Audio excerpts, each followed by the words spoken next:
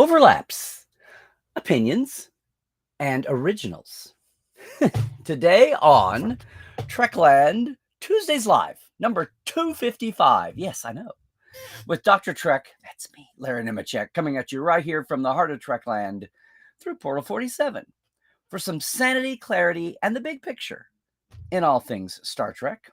Welcome back, everybody. If you're a Tuesday regular, I know a lot of you are, and we may even have some new faces in aboard today. If you are, hey, jump in. The chat is warm and welcome and inviting. The TTLers are great folks. I'm going to talk about this elongated topic. Oh my. And then we'll take a midway break. I may look at the Parrot Analytics, and then we will really dive into this chat. We will really dive into the chat.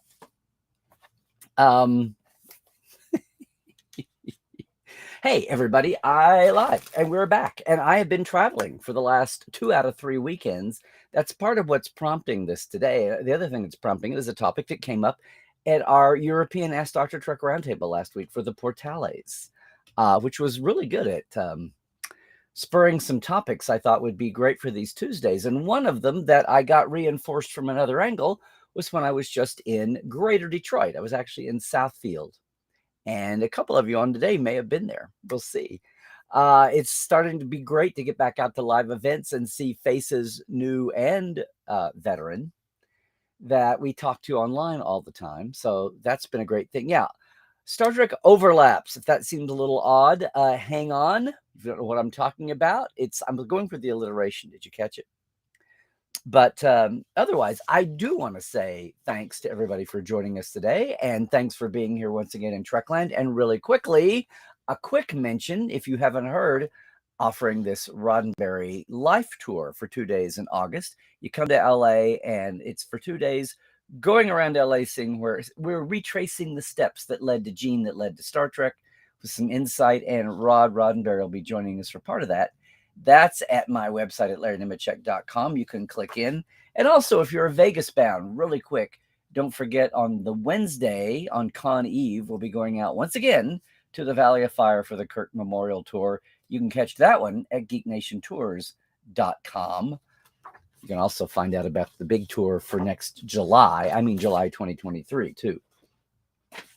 So, what do I mean, gang? What do I mean by observing Star Trek overlaps? Well, 2 things. I'm talking about overlapping from the marketing perspective, as in, I don't know what you thought about Discovery or what you've thought about Picard, or I know this question, what you're thinking about Strange New Worlds. But have you noticed we've gone from, oh my goodness, there'll be a fresh week of Trek every week now. Some of you may not like some as much as others, but that's just the point. We're in this weird, wacky time where there is new Trek to sample, even if it's not all your favorite on the buffet. But it's there. We've gone from just imagining that concept just in the last year or so to running out of room. The calendar is such, and COVID delays have played a part of this, I know, but the calendar is such that, have you noticed how the last episode, the finale of seasons, is overlapping with the premiere of the new show? I mean, I've noticed this. This is going to happen once or twice now. It happened once or twice with Picard Discovery, but Discovery overlapped the start of Picard, and now Picard is going to overlap the first 2 episodes, 3 of Strange New Worlds, at least 1. Doesn't that seem counterproductive?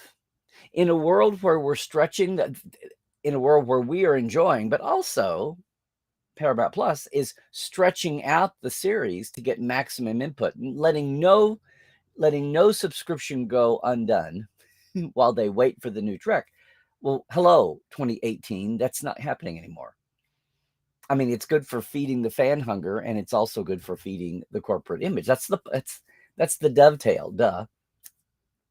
But this thing about overlapping is really weird, because just when a season should be climaxing with its season finale, as we understand it now, and you're wanting the ballyhoo of a season premiere, does it seem counterintuitive? Even if you're the suits, does it seem counterintuitive to overlap those? Much less, I've watched fandom and the punditry class of fandom scrambling all over the place to try to cover the build up to a finale and also jump onto the hype of a premiere, because the premieres have been hyped for months in increasing. Look at Strange New Worlds campaign. This is amazing. It was really built up before Chicago a month early. All while Picard is trying to get some attention to break through to even more eyeballs as it winds up. Now, I'm not saying don't criticize, don't critique all these episodes, but just in the mainstream of trying to get the word out, it really does seem counterintuitive. There must be a reason. I haven't heard what it was. For a while, it was about COVID, and we just need to keep the year rolling along. And I know our friends in Europe are going, what are you talking about? We're still waiting to get definite dates on seeing some of this by the book anyway. I know you savvy fans know exactly how you're going to see all your Star Trek and then critique it. But it's really, it's dawning on me. We've gone from the desert of 12 years to having something, and people binge watch it for a week on the free week, and then they turn off their CBS All Access. We've gone from that to Trek every week to now more than one Trek a week. And I don't know if anyone has read or heard. I've just been thinking about this the last week or two. I've been on the run. I haven't really deep dived. If there are commitments, contractual obligations that are forcing these overlaps, but they really seem to be, they're not letting everything have its own moment in the sun. It's time in the spotlight, which seems sad to me. It seems sad that there's a split focus between season finales and season premieres, because they're going to fight each other.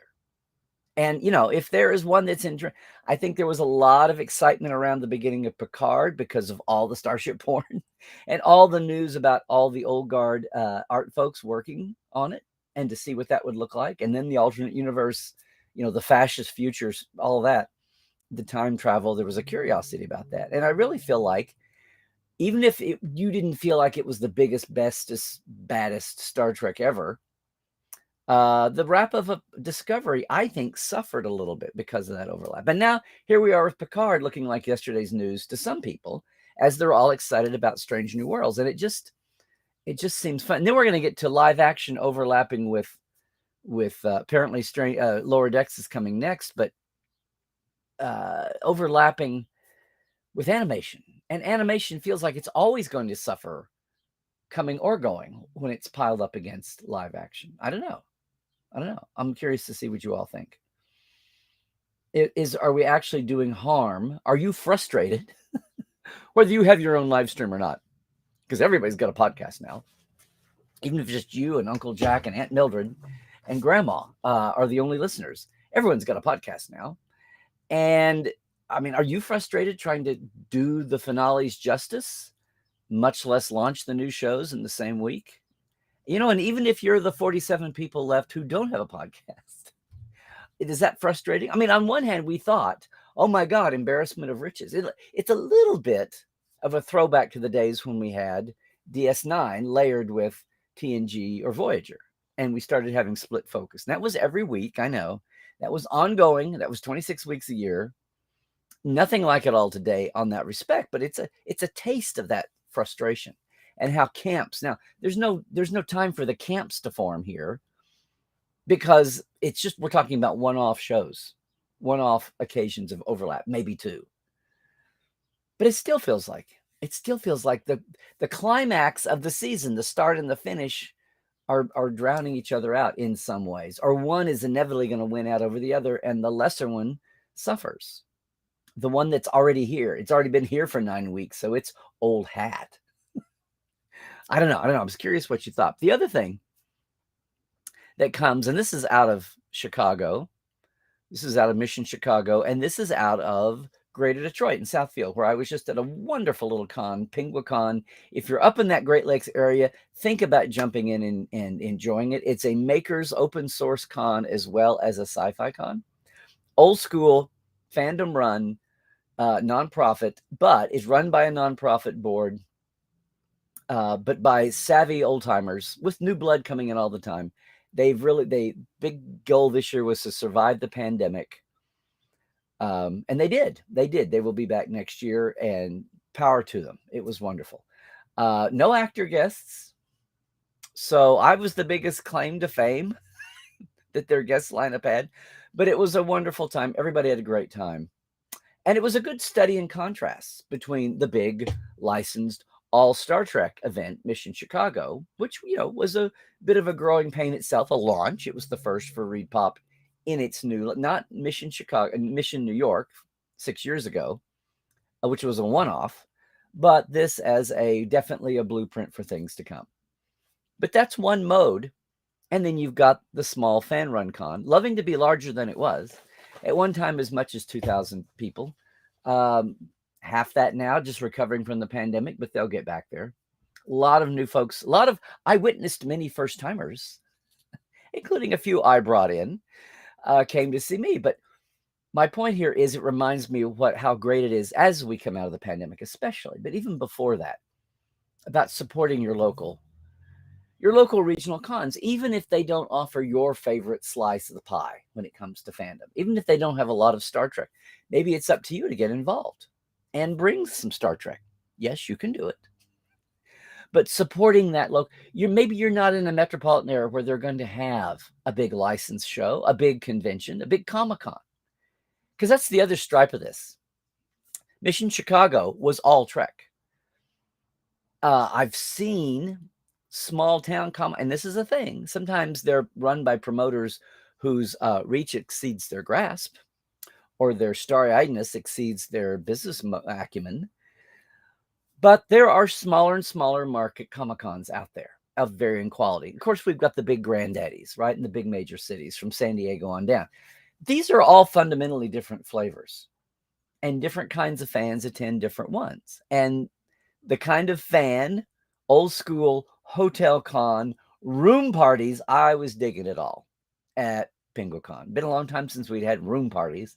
I haven't got back to SoonerCon yet. My homies kept making me think of, but in different ways, my homies back in OKC. But I did keep meeting Trek fans at this General Sci-Fi Con. There were plenty of them. I had a good turnout for all my panels. We did a stellar cartography panel, history of the fan side and the science side, and it was awesome. Had a lot of good feedback. And I heard a lot of good opinions. And what made me think of this overlap theme again is I'm starting to hear it all. We are finally getting enough distance between now and 2017, much less now in 2005 or 2009, that I'm starting to see the uniform opinions that you always see online, or that you always heard, from your 7 closest friends. Those are starting to bifurcate a little. I cannot tell you how many times I heard people at my table or in panels, in the Trek-related panels. Some I was not running. I was so thrilled to go into a Trek panel that I could just go and sit down. And it was just old school around the table yak discussion. And all the different opinions about even the modern shows, even the current crop. I remember looking at the guy who said he loved the first season of Discovery, but it's gone downhill ever since. Very earnest, and still watching. The folks who are tired of Enterprise getting a bad rap. The folks who loved Picard's first season and not so much the second. The folks who loved the first 3 seasons of Discovery and not this one. Fandom is a beautiful thing. And it's a reminder that online is only a certain slice of fandom. And even then, sometimes only the loudest ones break through, especially with all we know about the algorithms and the magnetic attraction to your account. Like, what path do you go down? It was just, I keep saying, what do we got here? I'm looking at some of my notes. Or that season 1 of Picard was too wandery, but season 2 is very tight. That's one I saw. Picard season 2 opened really strong, and then it bogged down. or it bogged down at the beginning and now it's really tight. It's been all over the place. People who really, really love David Ayala on Discovery. It's and Lower Decks. And yes, in the middle of this near uniformity, people loving Lower Decks, I had one and then two voices who said they didn't think it was funny and they thought it was too loud and noisy. And that's all valid too. Everybody's got their, those are basics. And what I'm getting at here is we're having overlapping opinions. Opinions that overlap and aren't all monolithic. I know what I think and what I thought, but you know what? I got back and my other half, this is not something she does. She's been threatening to for a year. My other half had started a rewatch of Enterprise because she'd never seen it past the pilot. She watched the pilot and said, "Oh, that's dumb. This is sad." Click. And she never watched it past the pilot. And she's, I don't know, she's just about to end season 1 now. And still doesn't have a very high opinion of it. Still thinks it's thin compared to other ones, which I agree with. But there are highlights and moments, and she's determined now to watch it through. So, overlapping opinions. Sometimes we go back and revisit a show and we remember exactly the way it was. But then so many people are seeing the leader here is DS9 with new eyes. On the other end of the scale, the loser might be the original series as new generations go back and watch it and wonder what all the fuss was about, outside of intellectually knowing, yeah, nothing would be here without it. Which, as someone who grew up with that, that's something to a lot of folks. I still am bringing that concept about how people under 30 are having a hard time watching the original series, and people over 50 or over 40 are having a hard time processing that. But it's true. And some of that may just be, well, how much life experience have you had? Come back and watch it when you're 40, and maybe you'll see what the rest of TV looked like in the 60s, and you'll get it. But again, we're all coming from where we are. This is something I talk about all the time live, something I talk about here, obviously, you guys know. But the idea that we're getting far enough along in modern Trek, in new Trek, I hate that, because that was already used. That's what they tried to call Next Generation, like New Coke, and it didn't wash then. But fine, in you if you want to. I'll know what what you're signaling though when you do that. Which you really want to give away your position before you even get to the table. But hey, that's not me. But the Kurtzman era, the degree of evolution, the degree of approach and style, different showrunners running different shows now, even though they were all conceived from the same tank. I mean, if you can't see that with Lower Deck, here's the thing. I've been very worried lately about Strange New Worlds. I've been so concerned that fandom across all the lines was looking at Strange New Worlds like, can I borrow this phrase? The Great Trek Hope. Like it's going to save everything. That if you have any large or small disinclination, disappointment with modern Trek, and your nostalgia is carrying you back all the way back to Enterprise. Okay, DS9 or Next Gen, or yes, the original series, and you are so thrilled for the standalone nature of Strange New Worlds. What happens when something disappoints you? Because something is going to disappoint you. You may be over the whole thing of the retcon. We're going to get the original series now is going to be the dumbed down public versions of the adventures. And now we're going to see what the Enterprise and the uniforms and the props really look like. That's maybe just a 55-year paradigm we're going to have to swallow and accept for those of us who were there. That may be where things are. And maybe long-term growth, if we want this thing to be around 100 years, maybe that's laughably inevitable, maybe, probably. But right now, I worry that the bar for Strange New Worlds is so impossibly high that when people do have a disappointment in something, in an actor, in a writing style, in a trend, in a plot arc, something is going to disappoint somebody, and that impossible high is going to come crashing down. I hope not. We'll see. And some people are out there saying, my God, we've lived through Discovery and Picard, blah, blah, blah. How could it be any worse? Well, that's the cynics side of things. So we'll see. Maybe I'm overestimating. I'm just keeping my eyes open. I'm just staying woke. I'm just trying to anticipate, not be a deer in the headlights. I mean, I'm always preaching that. The Portales know this too. The other thing is Prodigy. And I'm now thinking, after being in a room and hearing these slices of opinion emerging, being able to hear individuals who love season 1 Discovery, not so much anything since. I know, go figure. I'm really thinking that I have heard the least about Prodigy, aside from everyone agrees that it's not just for kids, that it's uplifting and positive, not insulting, not talking down to kids at all.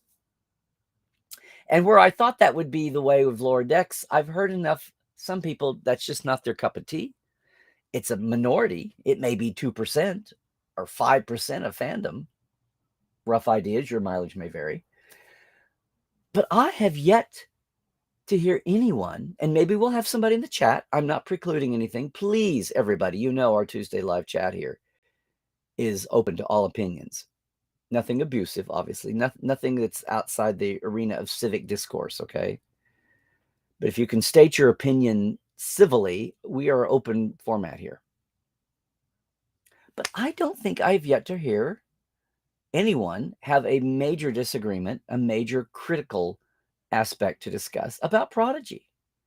I mean, Cadet Alice certainly doesn't, for the most part. That may be the most surprising at all. Of course, I love being surprised that people are surprised with all of this. When all is said and done, Prodigy may be the one series that people have the least that they feel like critiquing about. And maybe that's by a lot of people still haven't watched it, but a lot of people are surprised. They don't have kids in the house and they're watching Prodigy. And yeah, it's the only Trek on for 5 or 10 weeks at a time. But we know that they finished 2 seasons of 20 shows apiece, 20 episodes apiece. So there's 40 episodes of Prodigy out there. And what's that, 3-4 arcs going at least? So that's all yet to unfurl this season as we get back around to Lower Decks, as the other seasons unwind. Season 3 of Picard is certainly going to be in the wings. The show is done, wrapped. They're tearing down sets up in Santa Clarita. Apparently nothing is taking its place as an LA-based Star Trek show, which makes me sad. But after I hear that it costs 4 times more to shoot in LA than it does in Toronto, I guess I can see that. I don't know. What are you thinking? Do you have a circle of friends online or, oh my God, in real life that are presenting minority views? And who's to call it a minority yet? We don't know. We don't have adequate polling on this. Are you hearing overlapping opinions? As I sneeze, where'd that come from? Are you hearing overlapping opinions that are surprising to you as we start to get finally more and more seasons in the can, more and more distance between us and the debuts of the various seasons and the shows? Because, you know, everybody's entitled to their opinion. Hopefully it is reasonably rationally stated. And, you know, an opinion can be a gut reaction as well as something really thought out. I would hope that people would have a gut reaction, take a snapshot, and then go and compare to maybe reasoning, maybe go and listen to the points other people make. That's discussion. Whether it's bar buddy debates or hopefully not too ridiculous threads online, or perish the thought, actual in live meetups and get-togethers. But that's what struck me about Detroit. And you know what? PinguaCon was not a Trek con. It was a multi-genre con. It was very, very, one of their standards, one of the platforms of the con was being very open and diverse and accepting all the gender equality, neutralities, as well as all the insights, and a very tech open source end of programming that overlapped, that brought in a lot of techs and engineers and home Etsyists, a lot of creators, a lot of folks. They didn't have a dealer's room, they had a maker's mart. So a lot of crafters, people building their own. That was featured. So no, it was it was surprisingly representative of Trek and surprisingly diverse that way. That was a hallmark of the con. And then in the roots, but as far as like actual topics presented, was pretty wide ranging. And I was there was a poetry slam, and I did my one thing that's not nonfiction. I did for the Penguicon Slam, and it was fun to read this poem I wrote in college out loud again as I said at the closing. I had a great time, but I really was able to hear a diversity of opinions about Trek, all civilly stated, no haters, people just factually unwinding, and you could tell a lot of people hadn't had the chance really to do it, and probably weren't even that big about online and virtual fandom. So it was interesting to see that vibe, and to see, including some who came by my table, people who were still at their first convention ever. It was fun. I was kind of in a place where I could yell and go, first con, first con. I didn't go to the Virgin thing because that throws people sometimes. People get the wrong idea. But yeah. And comparing that to Mission, where we were all Trek all the time, a little thrown because of a new venue, it was still as rewarding and fun to see the variety of opinions. I got a lot of that variety at Mission at Chicago, when we weren't running around trying to figure out where the hell we were going to eat and drink because crazy times. What about you? What about you? Are you having friends or folks online? Are you getting into legit discussions? Not bots and trolls, just stirring shit up. Are you getting into surprising discussions about the current crop of Trek, or hell, even legacy shows that are surprising? Younger fans coming in. I know. I can't stand the 60s. But even younger fans coming in to have a vastly different opinion about current Trek. Or if you're younger a fan, maybe older folks who are bringing a perspective you didn't realize. Hopefully it's all in the guise of civility. Hopefully it's all in the guise of the vibe of Star Trek, which Comic-Con vendors will tell you is the nicest fandom out there. Star Trek is. Shock of shocks to some of you who have been burned in threads. I know. But live and in person, the DNA of Gene and Iddick is still burning bright. Okay, that's the topic today. Did I meander too much, or did it kind of make sense in the end? It struck me we had these two overlaps. The overlapping of episodes, is that damaging the cause? And the overlaps of opinion with what you might have always thought people thought. And that's not damaging at all. The more the merrier. All right.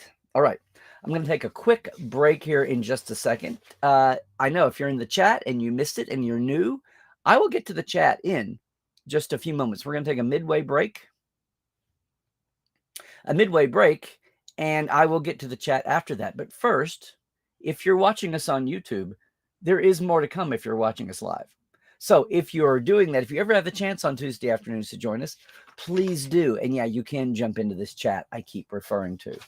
Otherwise, I want to thank, of course, our Patreonos, our Patreon folk at the TTL Club, Diana Hopkins, Robin Wilson, Lawrence Todd, Anne-Marie Siegel, Keith Rombach, Justin Porteous, Nathaniel Robinson, and Blaze K. And our live wires, of course, Rusty Harold, Halbert Gunn Johnson, Robert McLean, Alan Hoensi, J.R. Poole, I saw you this last weekend again, Byron Bailey, Dave Gregory, the newest Portale in the heavens is with us there. Hey, and Gay Clevin Lundstrom, and Casey Shafsky. Thanks you all for being a Patreon. You can be a Patreon too. It's the end of the month. Jump in before the end of the month when they collect it. I have a simple $5, $10 tier system. It's very simple for a shout out and for prior interview access from the old Portal 47 interview vaults. Patreon.com/Trekland Live. Appreciate you all. We're slowly and steadily enlarging all of this. I had some techie glitchy things to start with. Sorry for the delays. Sometimes a restream, I have to kick it a couple of times before it takes my camera. Go figure. I know. Elsewhere this week on the Trek Files, there's a new one up. Trek Files on Facebook, anywhere you get your pods, but Facebook's where the documents are. This week we're going military side, and I've got Dave Rossi back, who himself is a vet, talking about that time the Admiral let Gene Roddenberry ride on the Enterprise. We've got the letters and we've got the conversation this week at the Trek Files, podcast.roddenberry.com. There are a lot of new Roddenberry podcasts covering Prodigy, covering the Orville even. So go check out what Mission Log and the rest of Roddenberry's been up to. Otherwise, gang, please follow me at Twitter, Larry Nemechek, and Larry Nemechek's Trekland. I need a new sign. Where you're watching right now, like and subscribe on YouTube and on Facebook and Instagram. A lot of fun stuff coming out of Detroit we put up too. Portal47.net, I mentioned that. If you want to come have the minicon all year long experience. The Portales, I'm going to have to swap guest night with Ask Dr. Trek from May. We've had a couple of hiccups getting a guest lined up, but we'll smooth that out. I'll let everybody know in the portal about that very soon. But that's going to be it, gang. Another Tuesday, another weekend of my throat settling down. It's going to be just fine, though. Looking forward to the cons coming up the rest of the year. Looking forward to, Strange New Worlds in a couple of weeks and Picard's finale coming. We'll see what that brings us. Otherwise, I'm just going to say for now, stay healthy, do all the things. This pandemic ain't over yet. Stay woke, check your sources before you engage with someone. And most of all, as always, trek well, everybody.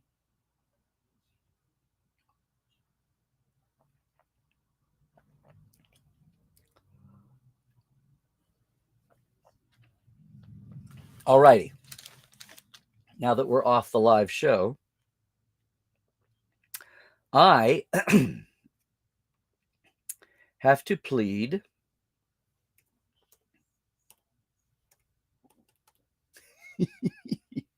a little oops this week. Oh, come on. So just sit tight. There we go. I have to plead oops because I did not. Boom.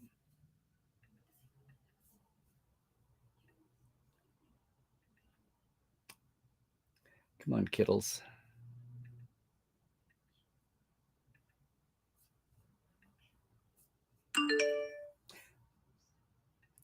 How about that? How about we not say we did? I didn't have my parrots ready. So I got so engrossed. So we're going to do this live. We'll do it live. And we will see at least the basics, okay? We're going to see if they posted anything this week yet, which they've been bad about doing. This may all be moot, kiddos.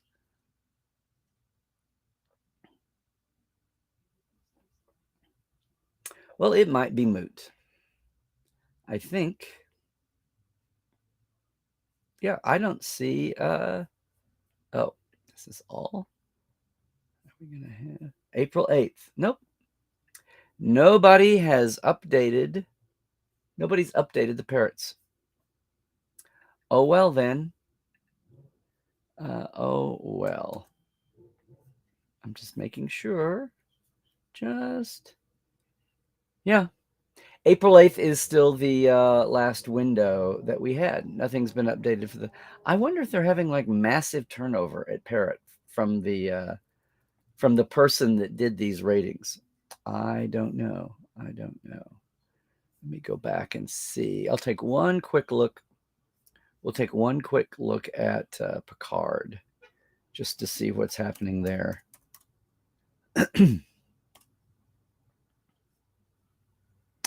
So in the US, in the last, and for those of you who are wondering what the hell is he doing because you're new to TTL, Parent Analytics is a company out of New Zealand. They've been in the States for a while, and they attempted to find a way to measure all these digital channels that don't do commercials, ergo don't need ad rates, ergo don't need Nielsen type ratings.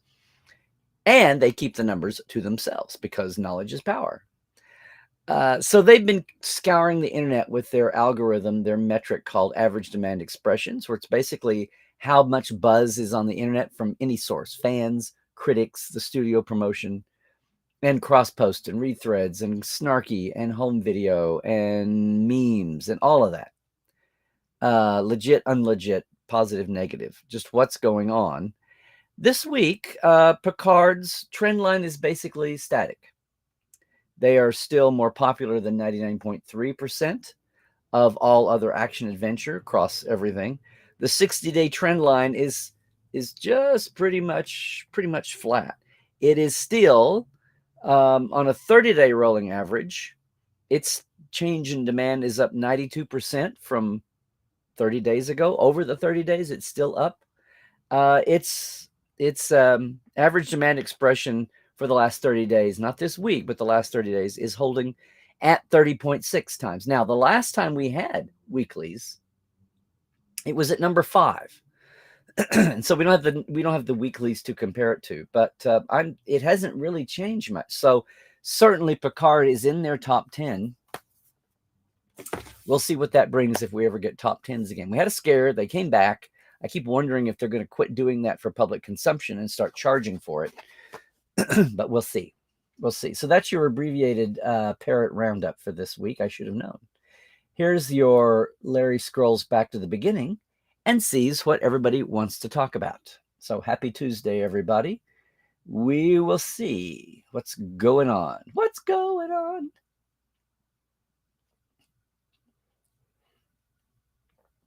I'm looking for questions. And if you are new to joining us, I might just call you out if you de-lurk.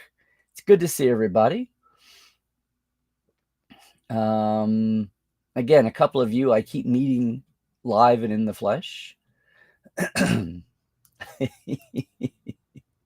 No, Christoph. I am always desperate for topics that are thought-provoking. You know me.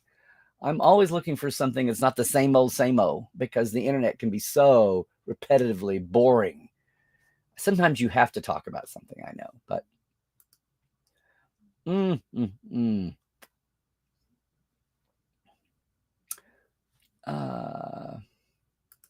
what do you mean, Dan? Oh, no, not Roddenberry. I know. Talking about his dad. What a concept. And a shout out here special to Dave Gregory, who I said is not only our newest Portale, he joined at Detroit, but it was great to meet you. Well, we met at Chicago. But Dave, thank you again for he was just the unannounced assistant.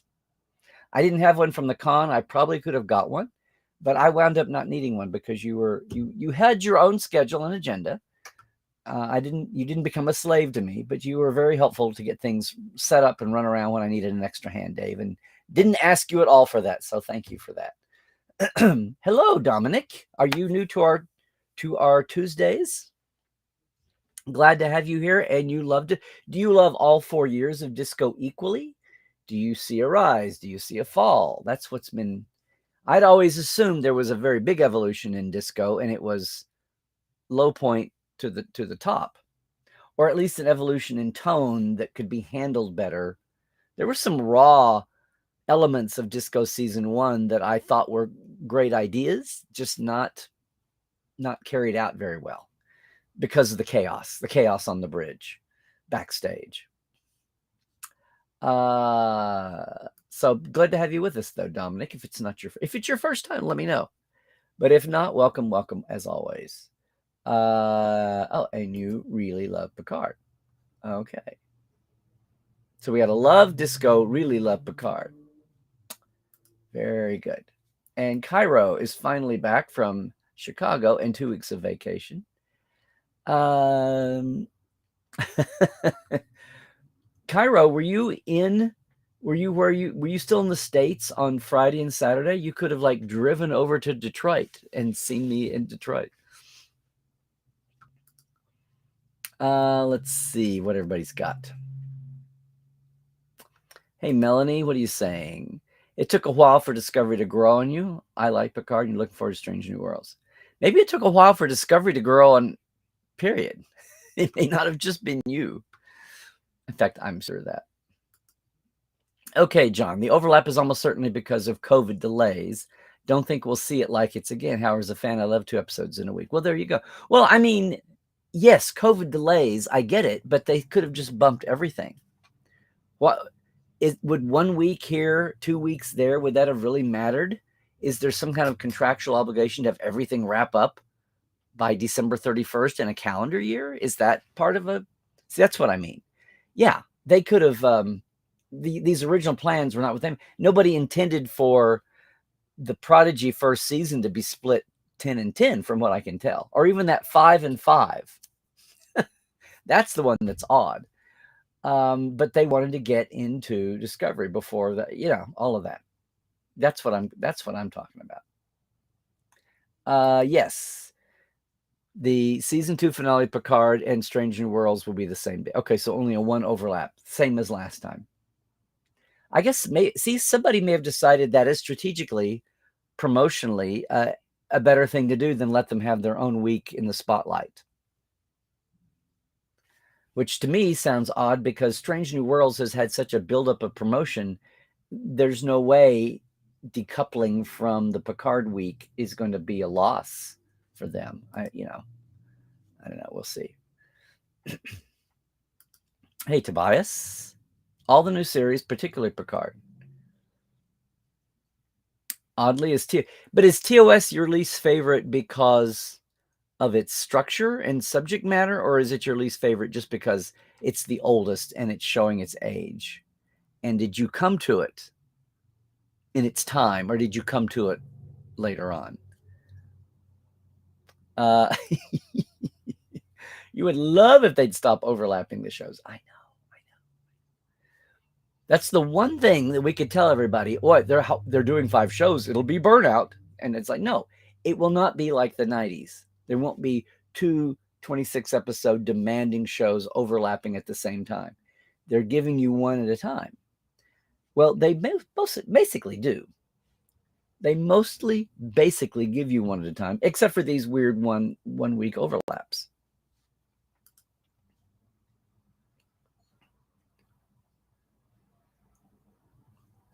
Well, I don't know how much of this was big strategic thinking and just the way shit happened. Picard seems to be in a weird place. They overlap its season start and finale episodes. Well, will the finale of Strange New Worlds be overlapped with whatever comes next? Thinking maybe Lower Decks.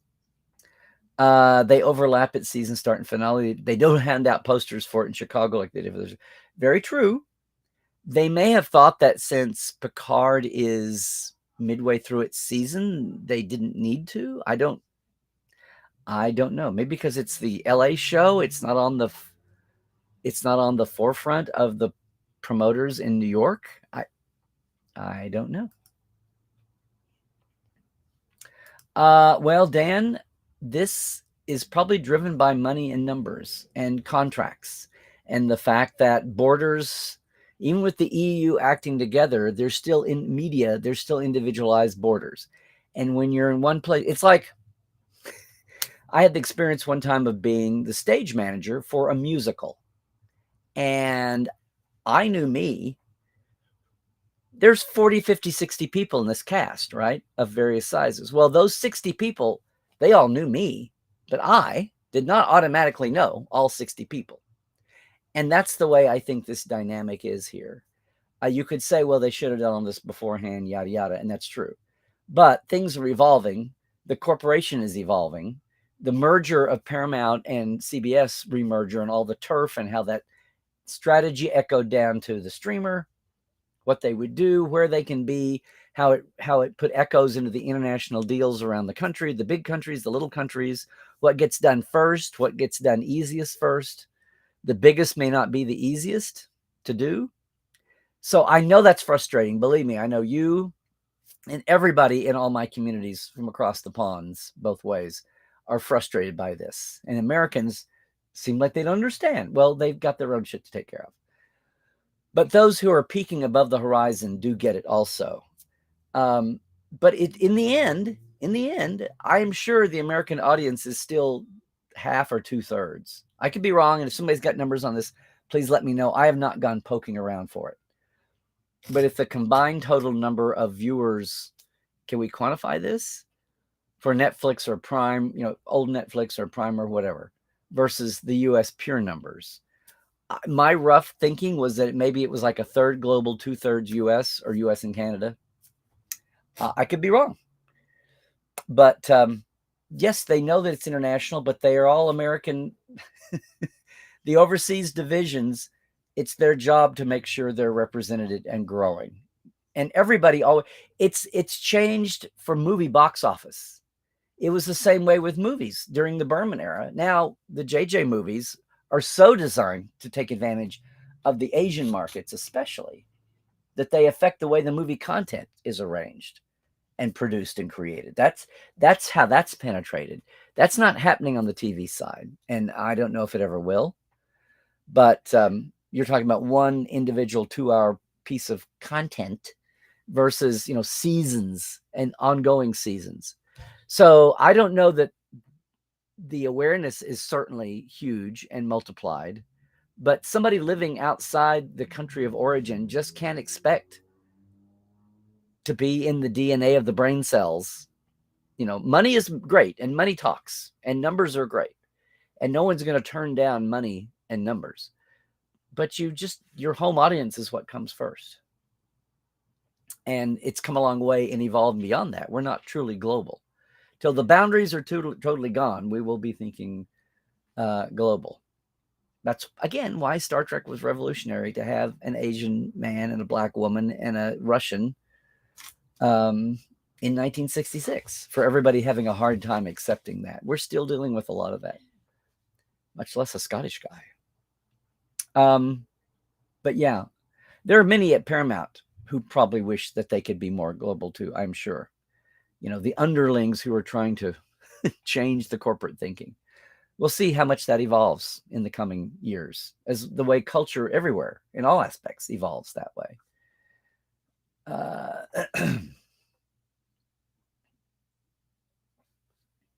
Oh, I'm sorry, Melanie. Well, there's ways. I'm sure we have people in the chat who could instruct you maybe on a way to do that, but I'm not going to go there right now. Hey, Halbjorn, glad to have you as a Patreon always, and have you piping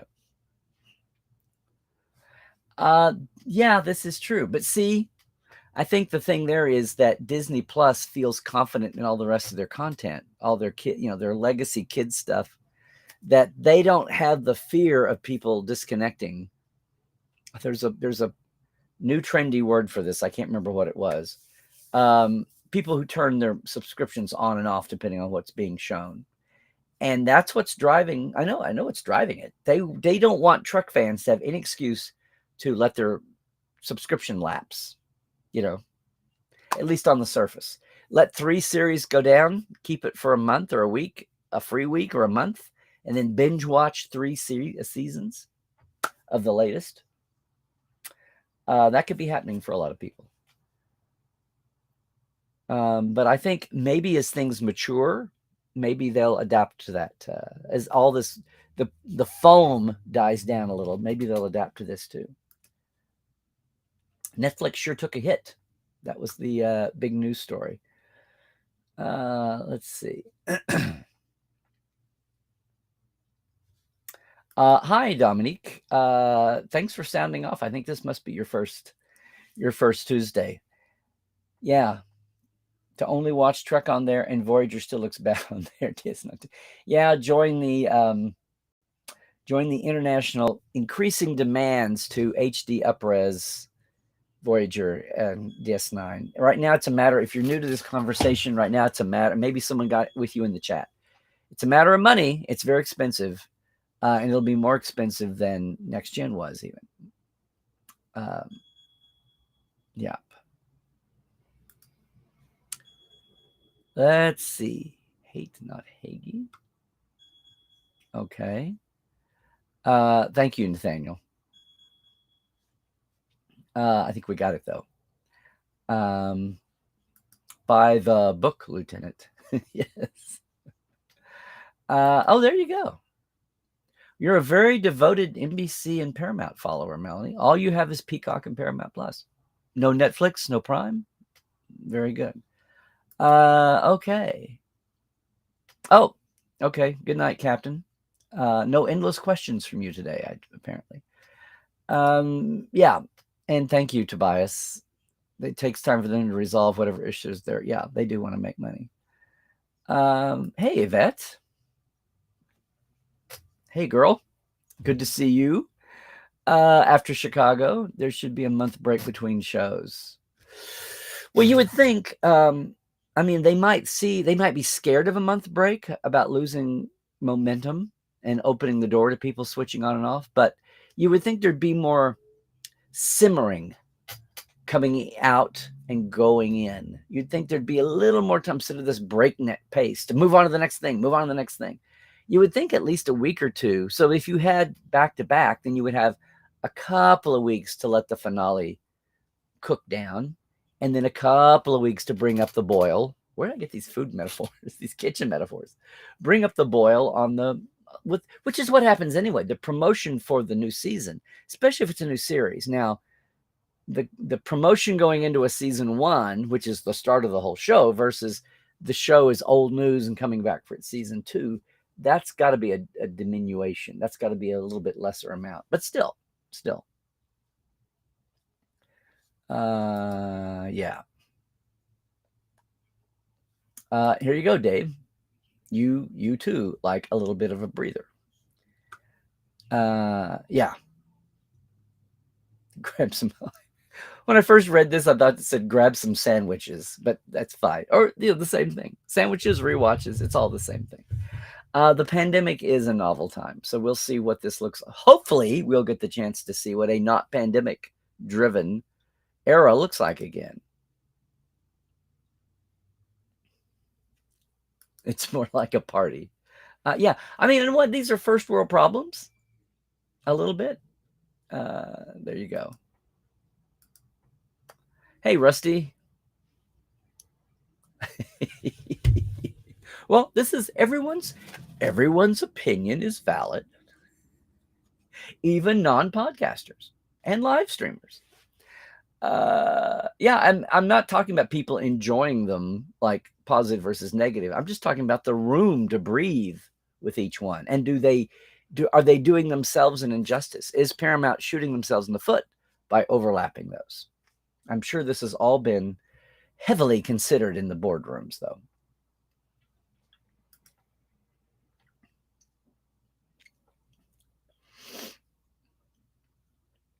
Yeah, this is what we're saying here.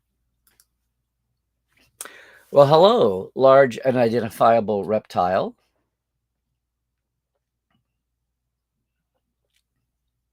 Are you new? Are you visiting YouTube today from one of your other routine channels? Or are you truly new to us on Tuesday? LUR. But here, your point. It was easy for you to pick between Prodigy and Disco. And the new shows appeal to different crowds. Well, I mean, that's an interesting thing to watch. That's where the numbers will take us. A lot of times I see people trying to scramble and keep up with everything, but maybe those are the hardcores who are the ones who show up for my streams and my pages. That's why talking to people live again, even though it's a minority, even though it's a tiny slice of everything, it's going to be a lot of differentiation. And it's not people showing up because they're there for a certain thing. It's people who are showing up and then they happen to run into you. But there you go. There you go. And tell me more, large, unidentifiable reptile. I'm going to call you Lure, okay? LUR.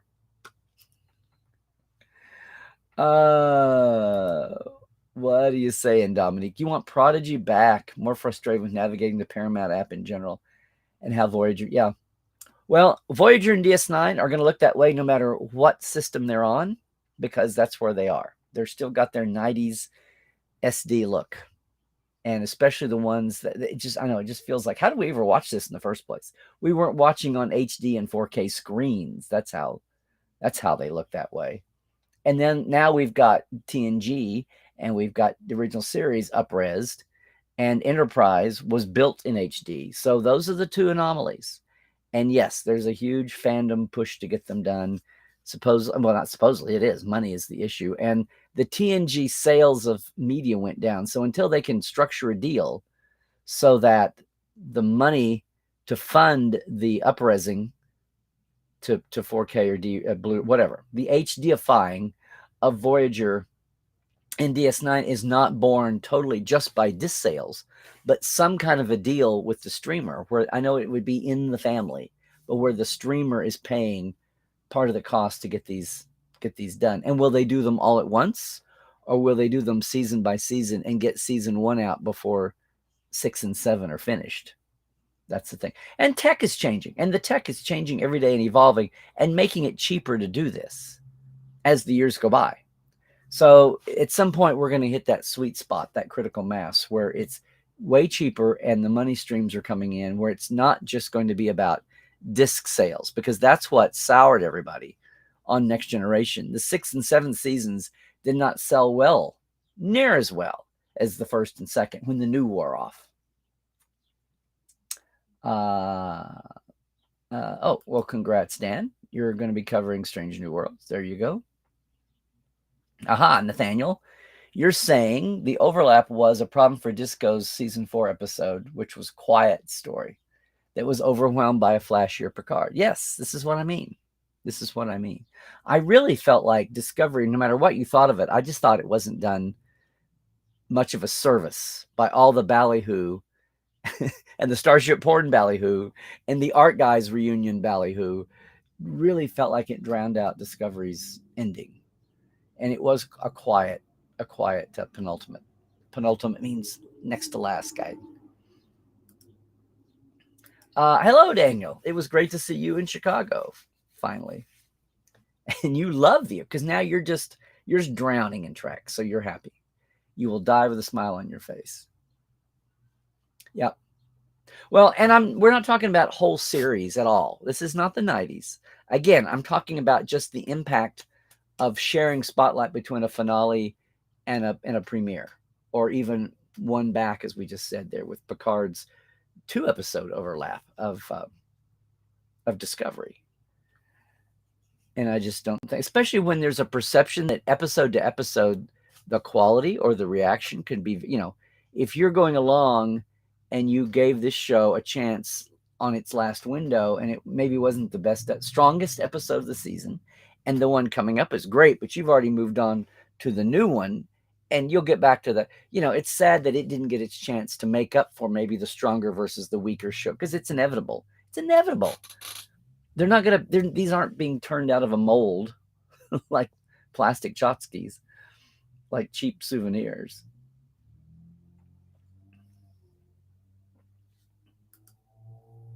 Did we? Did we have room parties at Chicago? I'm trying to think. We had bar parties, but did anybody actually have a room party?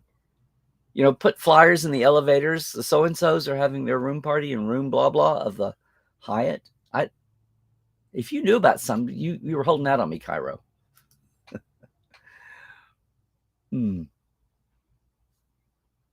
Let's see.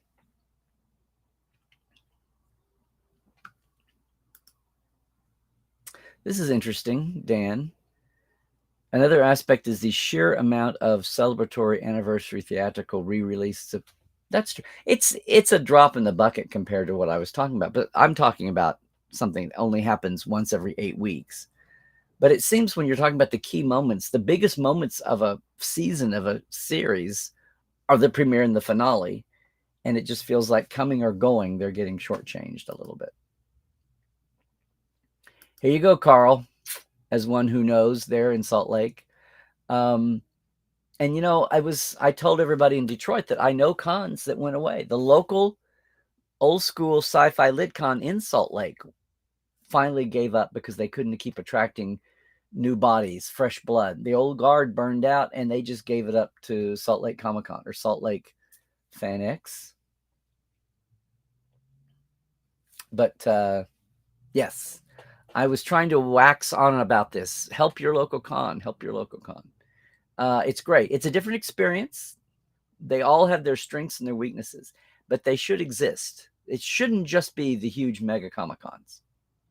And it's always fun to see people who only have experienced a huge mega Comic-Con, like standing in line for autographs, being shut out of a panel that had 300 seats and you couldn't get in to a panel, and just doing the walking up and down the endless aisles, even though that can be fun. That's one experience. And the other experience is this old school hotel con where you can actually sit and talk to people. You have room parties. You don't have to worry about getting into panel rooms. There are 40 billion panels and a lot of fresh perspective and some really interesting guests that get passed over by the big number hungry Comic-Cons. So totally agree with that. And I will pontificate that up. Well, Daniel, yeah, Trek. Well, you grew up when Trek was booming. You also grew up when creation and its competitors like DreamWorks, not the studio, but there was a DreamWorks con, maybe even Slanted Fedora, were bringing small Trek, that model. We're bringing a lot of that all over the country. 4 or 5 cities every weekend had a Trek con with 1 or 2 guests in a little dealer's room. That was the old creation model. So that's probably what you were thinking about. What got me, as I said, was people in Chicago had no idea that this was the big national licensed con. It was just, oh, look, there's a Trek con in Chicago again. Not knowing that it was going to bop around the country and not be an annual thing. So it was interesting how many people didn't have, but that's how many people, they just live their lives. They're not keeping up with the soap opera of Star Trek licensing and license conventions. They don't, that's not on their radar. They're just armchair fans out to look for something when it crosses their doomsday machine radar perimeter. So that'll be interesting to see what those, if anybody got sucked in at Chicago as a first timer or as the first time in 15 years con goer, if any of them got sucked up into the national mainstream enough to go to Seattle or go to Vegas now or anything that's the next biggest Comic-Con where they see a Trek person. It's an evolution. We'll see. We will see. Oh, Melanie, I hope you got your lag fixed. I'll do this. Hey, yeah, JR waving back at you.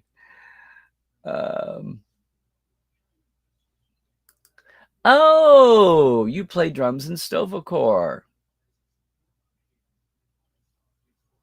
Klingons met furries. We're all one big happy fleet. Exactly. Well, hi.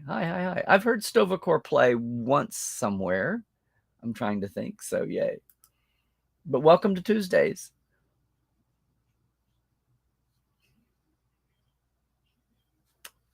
Well, there you go, Carl. This is part. You're talking about guest fees? Or are you talking about expectation levels among fans? Because it is hard to put a fan level budget together and compete in the perceptional month. We had that back in the day in Oklahoma when the first, oh, look, there's 20 names on the flyer. We were like, how are they doing that? How can they afford to do that? We didn't realize the whole business model switched. Instead of paying a fee to an actor, you make it all about, you put it on the backs of the fans, not on the con committee. And you say, well, we'll have 2,000 people. If you sell 1,000 autographs at $50, well, there's, what is that? 1,000 autographs at $50. That's $50,000. So we'll make your guarantee 10,000, and you'll be way past that. You put it on the back, and that's when fans started having to pay bit by bit for autographs. It was sad. We bid adieu to the era of the pay a actor, for the most part, pay an actor a fee, and they do 2 shows and they sign autographs for an hour for everybody. We did away with that model.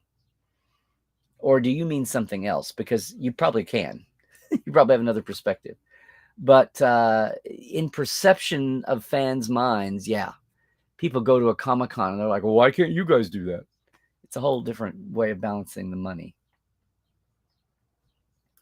Well, John, some people would say that it's always been that way.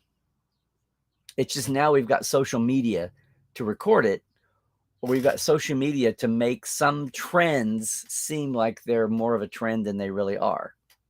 It certainly is a way to amplify the impact of those paid bots and trolls to make them look more depressing than the reality really is. So But fandom is not the old days where you had Trek and Star Wars and not much else. So, in this new thing called Doctor Who, there are so many slices of the pie to be a fan of, and do it 24/7 and carry it around in your pocket. So that's going to lead to fracturing. Yeah, fracturing. Yes. Hey, Clayton. I know you've been with us before, but hello. Everyone sees with different eyes. And that's what's the beauty of this, is remembering that. Yeah, there'll be trends. There'll obviously be favorites. But sometimes we get all wrapped up in what everybody thinks. And it's like, no, that's what you and your two closest friends think. It's get out there and get some. That's why I run polls. If you're not on my Trekland list, go over to LarryNemechek.com and get on my list. And I'm overdue to do another poll, but it's good to keep things shook up. And they're not scientific in the least. It's who's on my list and then who's going to reply. But when they turn into even 3 or 5%, that's the poll takers will start saying that's getting in the realm of halfway trustable. What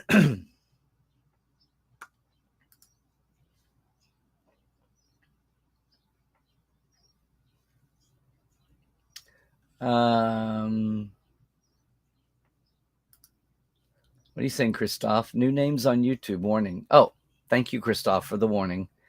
Facebookers are only seeing Facebook comments, right?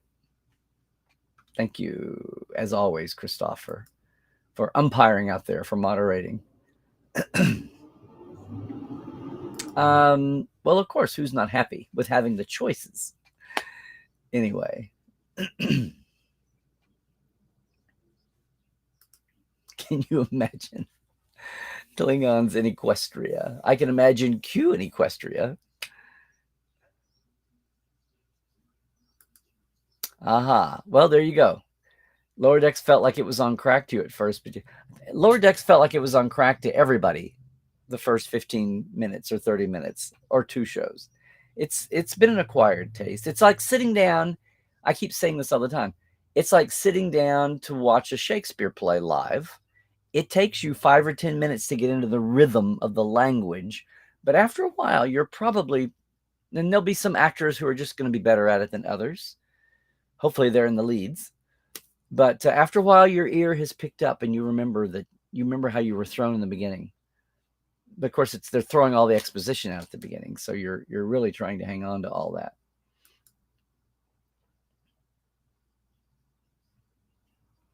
Huh.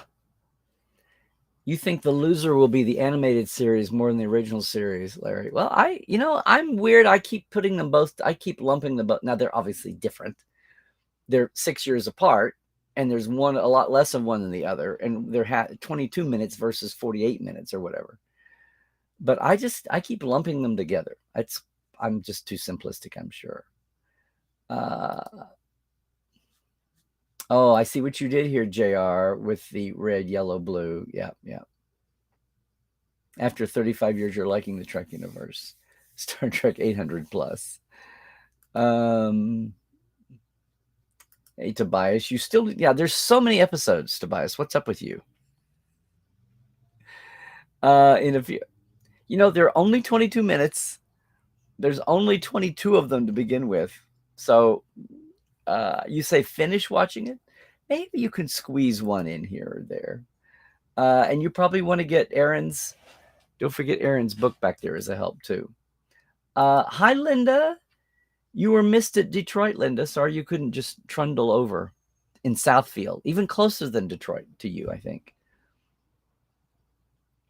The TAS will be celebrated for Giant Spock, and now you go and hide.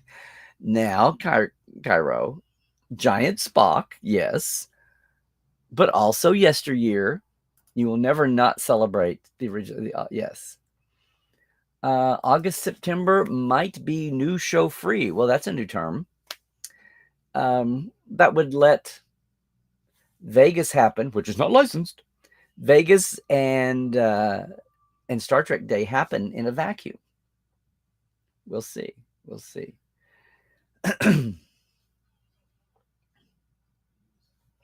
Daniel.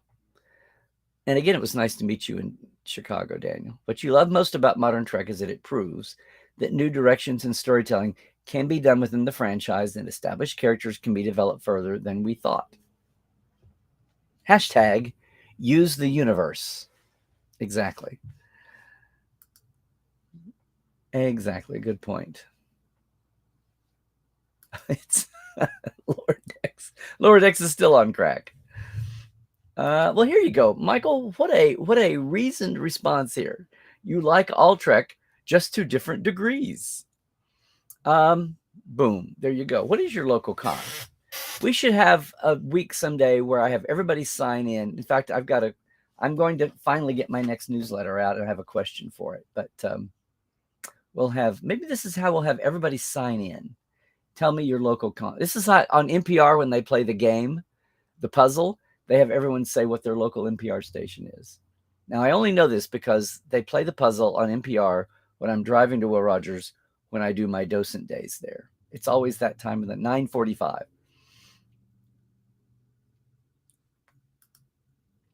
If Strange New Worlds bombs, then it'll be Kurtzman's fault, according to the loudest fans. Well, if a Trek show actually really, truly does bomb beyond hope of redemption, then it should be his fault. And on down the line. Because there's 4 or 5, secret hideout producers on there besides him representing the home office. But Strange New Worlds is not going to bomb. They're totally in love with the damn show. Hey, Justin. Speaking of cons, this past weekend's... Oh, thank you. We were going to hear this. Had a huge turnout in Kansas City. A few more Trek fans in attendance than it seemed. Very little mask wearing was happening. By the way, PenguinCon, you had to have a mask on at all times when you weren't eating or sipping. The only 2 guests you saw wearing masks were Adam Savage and John Delancey. Well, John's coming from Trek World. Yeah, unfortunately. Prodigy. Are you mocking Cadet Alice? Did she say prodigy? Prodigy. Did I say prodigy? Prodigy. It's a prodigy. When the feeling's gone and you can't go wrong, it's a prodigy. Progeny, my prodigy. You are looking forward because it has Anson, Ethan, and Rebecca in it. Good point. And a huge cast that's not going to be de-relegated the way the poor Discovery bunch were. Oh, that's what I mean. It was such a different paradigm. Oh, we have this bridge crew. Can we use them as talking characters? Oh, kids. Oh, you not the well-oiled machine restarters. Oh, good point. But will Kurtzman get credit for it if it's a success? Probably not.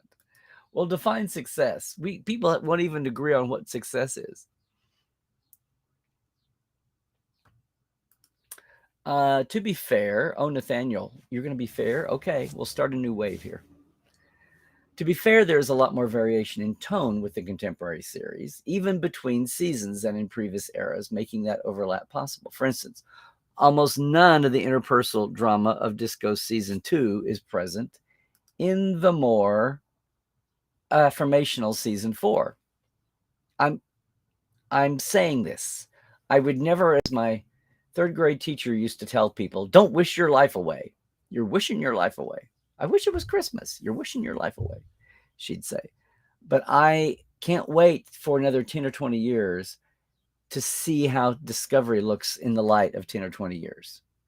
People will always say, well, it was the most diverse cast and they gave voice and representation to so many sidebar elements of mainstream society that had not been represented before.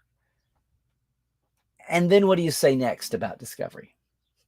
What are you going to say after that? That's what I'm waiting to see. Yeah, it was an early use of the AR wall in Star Trek. Okay, fine. Hi, Michael. I know you've been with us before, but it's good to see you. You liked Enterprise Season 4 a lot. Perhaps your Parmakai will find enjoyment there. I know, I'm trying not to spoil things too much. It improved substantially, just as it came to abrupt end. Well, yes. And there are all the reasons for that. And I could say those, and I've done it before. And maybe someday we'll do a Tuesdays Live on an anniversary of Enterprise. But I know the Portales, and maybe even if we've got some lifers here, I've talked about the sad, strange history of Enterprise and how it was so counterintuitive. Hi, Faith. I think you've been with us before, but is this your first time with us on Tuesday? So, hello. You have a very open mind with all Trek, even since dissing Next Generation when it came out. Ooh, my goodness. You've been around the block a while then, Faith. I have too. Realizing it was only your stubbornness keeping me from enjoying it. Well, Faith, how the hell did you survive fandom with an open-minded attitude about yourself like that? I don't understand. You were in these interlopers, how dare they take away from Kirk, Spock, and McCoy, and Dee and Bill and Leonard crowd.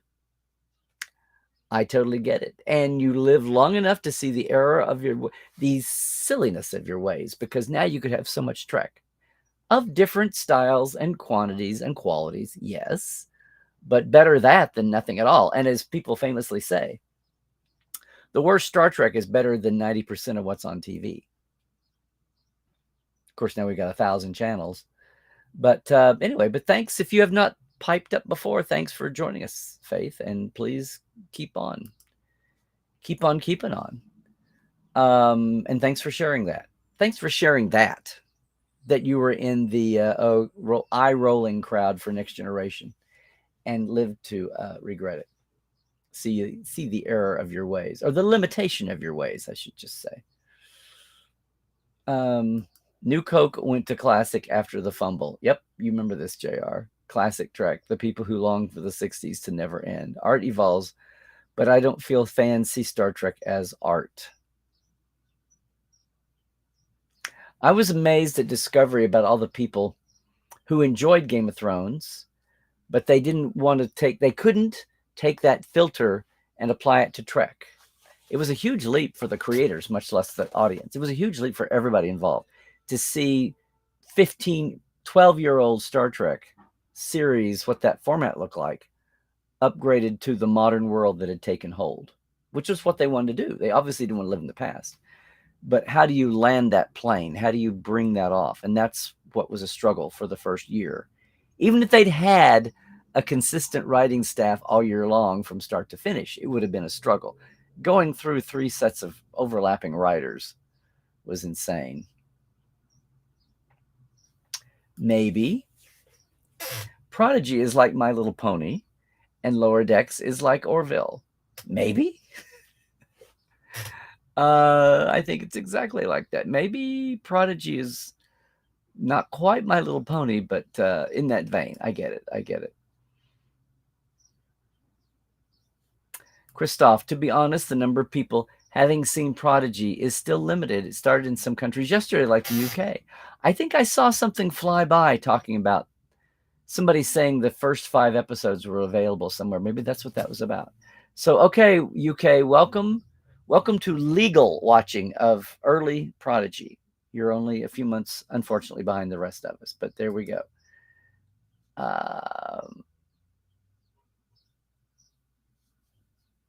There you go.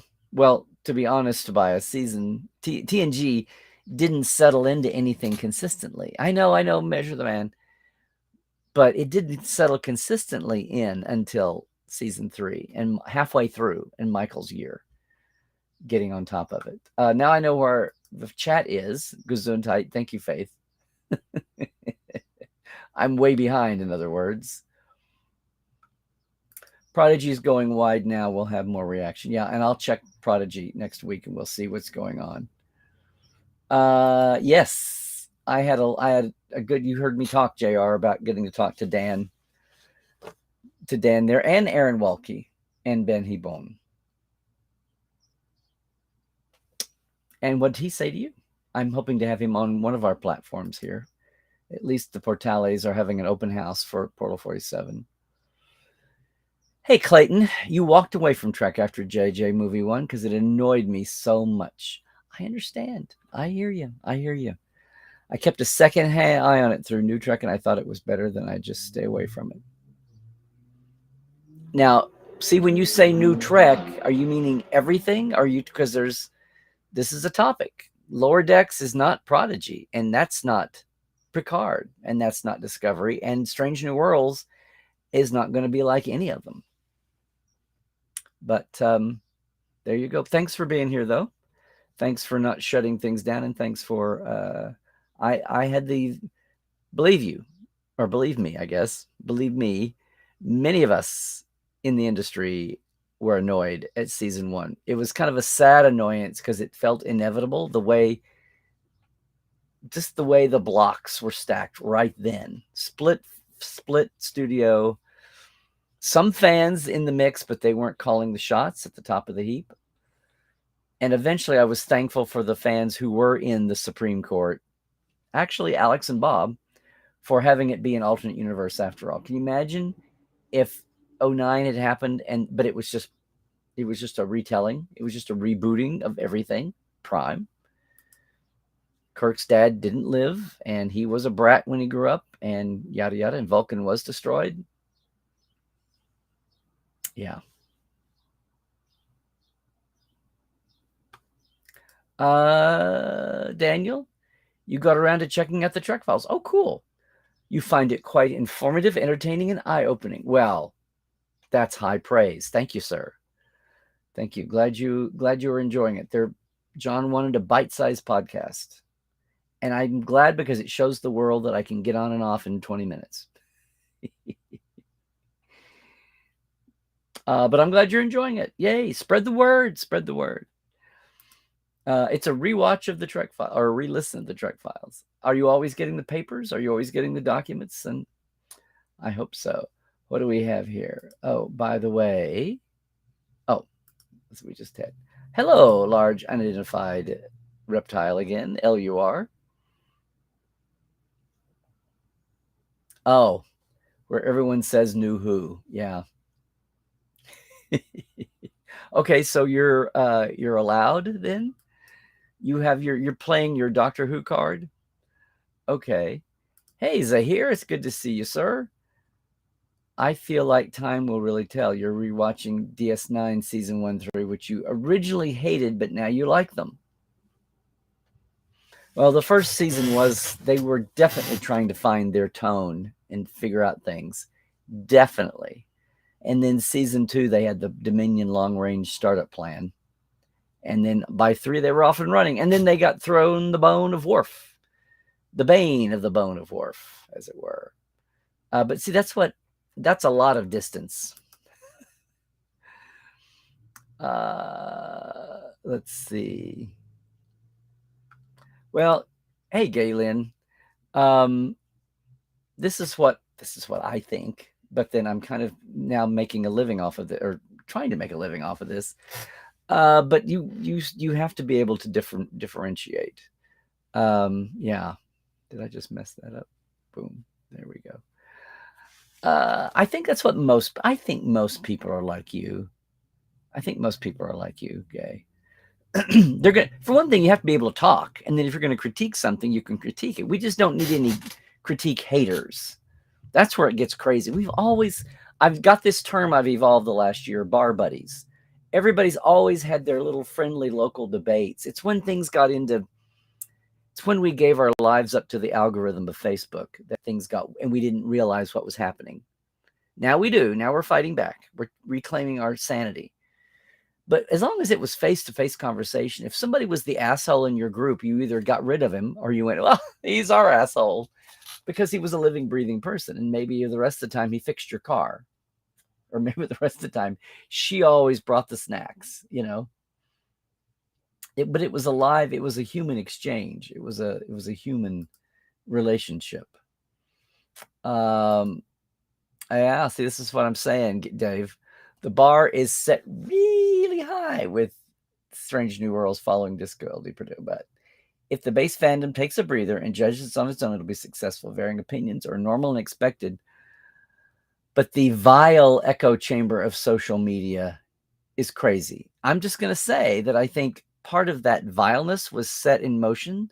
The match was lit in an unnatural fashion. People being paid to just be disruptive. And oh, look, it's like it's a backhanded compliment to Star Trek that it crossed the Doomsday Machine's defense perimeter. It got on the radar. Congratulations, you're popular enough that now the bot trolls will attack you. When you were just lurking in the shadows as a tiny little thing that no one cared about, you were safe. The good news is, the paparazzi are following you with the evil cameras. The evil paparazzi are. Yeah. Hey, Dominic, this is not a request. You're reporting, correct? You have a watch party every Thursday, 3 of you, but you all disagree on everything but yourself. And congrats, Dominic, you just defined fandom. Fandom externally. Anything out beyond your own thoughts. And there you go. Bang. Perfect.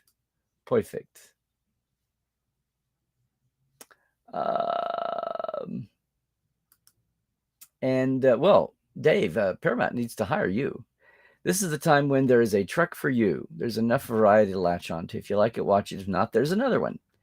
And where else can you find that? You can't. There you go, Halbjorn. You have 4. They get together. You have a regular meetup. Boom.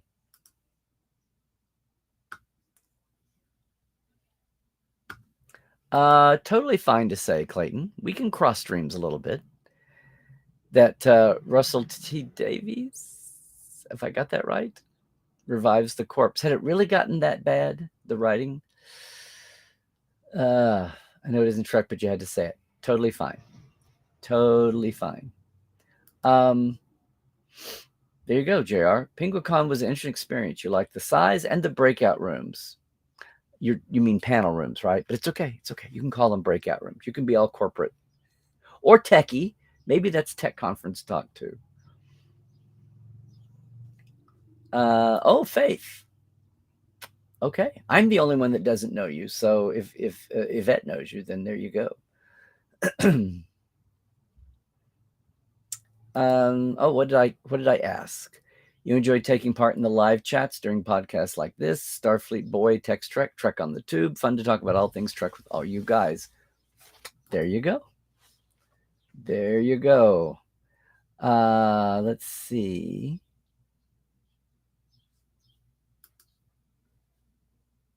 Christoph, you watch alone on Friday? By Sunday, in time for virtual lives, you have 3 different opinions too. Hey, Carl, what are you saying?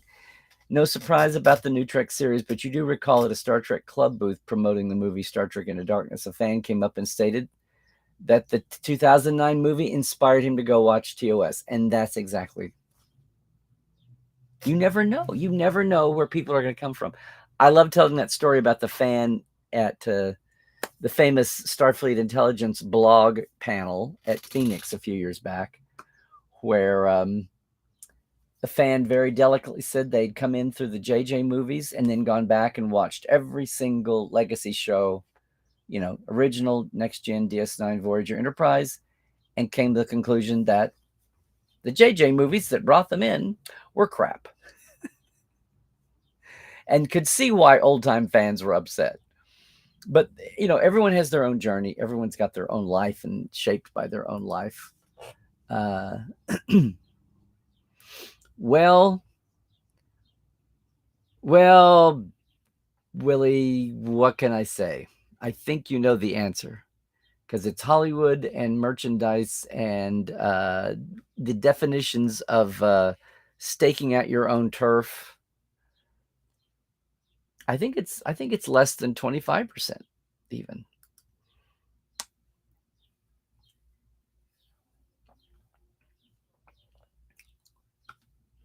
Well, Cairo, there's no quibbles with anybody here. We all wish Paramount would get it all sorted out. It's still too US centric. Did you miss me at the beginning? Or maybe this is what you're talking about. I hear everybody. I think they want to make as much money as they can. They want to have as many eyeballs watching the show. The more people around the world, the more market for action figures and model kits. and go down the line. Uniforms, clothing, goofy items. The more there is for that all. But look who's been gone a while. I don't know how you ever, until the world is fully globalized, I don't know how you ever get away from the fact that the country of origin is always going to think of itself first, unless something is specifically made somewhere, like in China, to be really a marketed product somewhere else in the world. It's just made in China. But if it's media and the US is the media capital of the world, it's and you're talking about distribution, I realize here. You're talking about distribution, not the production. But some of this stuff, it would have meant that everybody, like they would have shot these shows and figured out their international deals. Now they did with Discovery, but then there was a 1.5, 2 years between announcing in November 2015 and opening it in November 2017. 2 freaking long years. Nothing else is held on that long because now the wheels are rolling and the machine is turning. And to sit on something until the international deals are done, that's going to be a minority of the income, and to deprive the front end. I know it's awkward, but there's just been a junction point there, inflection point, where somebody's saying we're not going to hold up on this. And when they've been promoting and the word is out and you've got people clamoring at the gates, release the Paramount version. So I know it's frustrating, and I know that people would rather not have all that, bad publicity or stupid publicity around the delays. Okay, Dave, you have an old friend who does not like DS9 Forward. Following Virtual TrekCon 3 and showing him some episodes, he still isn't crazy about them, and he likes older Trek, but at least he took a chance, and we can still talk about it. What can you do? What is this guy, like 93? Is he still carrying around his confused 1994 image of DS9? Yeah, show him Pale Moonlight. Or show him Trials and Tribulations.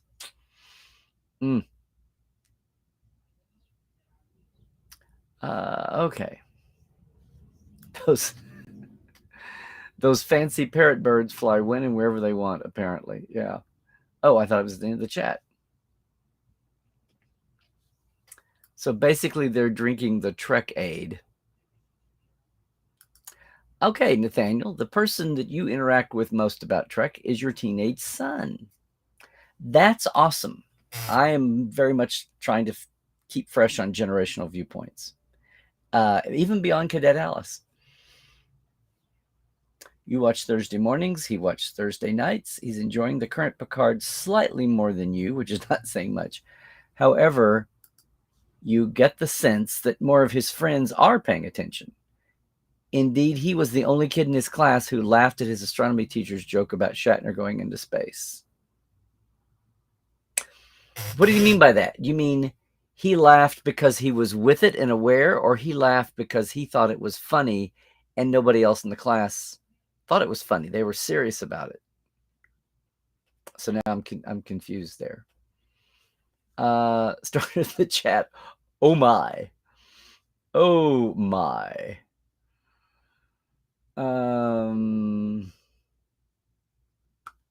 Hey, Halbjorn. Oh, God, these are the kind of questions that wear me out. Well, 30 years ago, I would have said original series. Wait, what was 30 years ago? Oh, 30 years ago was 1992. Wow. Yeah, for 20 years back, it was original series because there wasn't anything else. And Next Gen was the baby on the block. Well, I used to say that it was hard. It's hard to get up your first, especially when you dated your first for 20 years and no competition.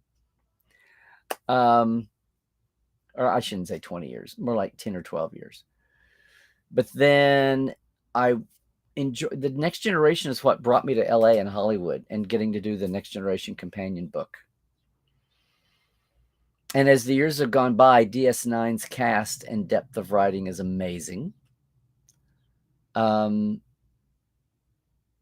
I kind of go with one of them, although Lower Decks totally blew me away as the most complete first season of a show ever. And I feel like we're just in the middle of all the current shows right now. It's hard to have favorites because they're evolving and interacting, and Disco's come a long way. Disco's scraped itself up off the floor, thankfully. Picard, I still don't feel like has hit its stride as much as it could. I love Prodigy. I love seeing it through the eyes of a young person. And Strange New Worlds, I'm really hoping it doesn't exceed its grasp. I really hope they haven't got the expectations so high. Voyager, I really appreciate how Janeway's army, how it's become such a symbol for women and girls, which I didn't realize at the time would be so big and so saving. But I still feel sorry for Voyager, that it got dumbed down so fast and vanillaed so much in the beginning when we were so excited about it. So I know, have I visited everybody? Of course, I'll always be sad for Enterprise being cut off right when it got good, but I know the reasons why. I just want to. Can I just have a Romulan War Birth of the Federation series? Can we just do that someday so we have it canonized? And can we just go to Teller Prime at least once in one series? We've got 2 Tellarites now on Prodigy. We'll see what happens if we get to learn about Dr. Gur. I've forgotten his name. Shame on me. So that's my windy, bad, wimpy answer to what's my favorite series. The one I can quote the most is the one that I lived with for 30 years. Yeah. Not monastically. 1-to-1. No outside relationships was the original series. It's the easiest one for me to quote. But there are moments. There are moments you can have a fate protects fools, little children, and ships named Enterprise moment. Because there it sits. Let's see. Well put, Dan. Yes. Little wibbly wobbly timey wimey. Oh, EWR is EWR. I'm forgetting which airport that is. There's been a few. I was thinking there had been some 3-episode overlaps. Well, that's another thing, Carl. Love the after show, and they only do one. They don't try to split focus, so one falls off the map. Yeah. Oh, we'll let you. Gay, we don't want your sister to get took. Please go help her with a car salesman.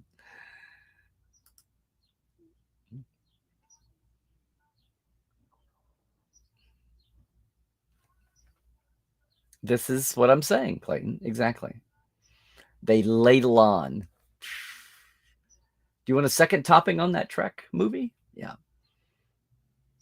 Well, Dave, you're just too damn open-minded. Yeah. This is the thing. You critique because you love it. Now, that's not to twist, the old sad thing of the abusive boyfriend. I only hit you because I love you. I mean, that's kind of extreme. People have been abusive to Star Trek, but, if you show that you care in a healthy way, you only do that because you care. If you didn't care about the show, which is what's so baffling. People say, you sure spend a lot of time on something you can't stand. I see you on here tweeting and posting every day. If you hate it so much, why do you spend so much time on it? Well, that's probably a tell. It's probably a tell that they're getting something for it. Yes.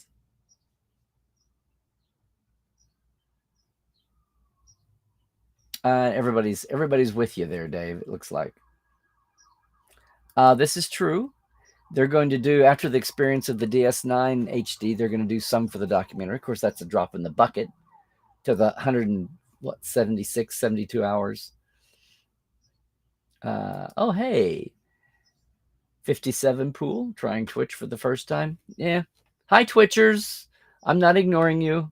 You're just taking your time like everybody else. Oh, Christoph, don't remind me. Don't remind me. Is peacock related to parrots?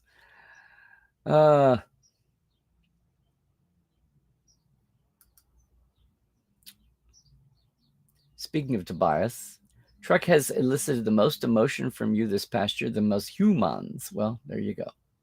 Good old Star Trek, right?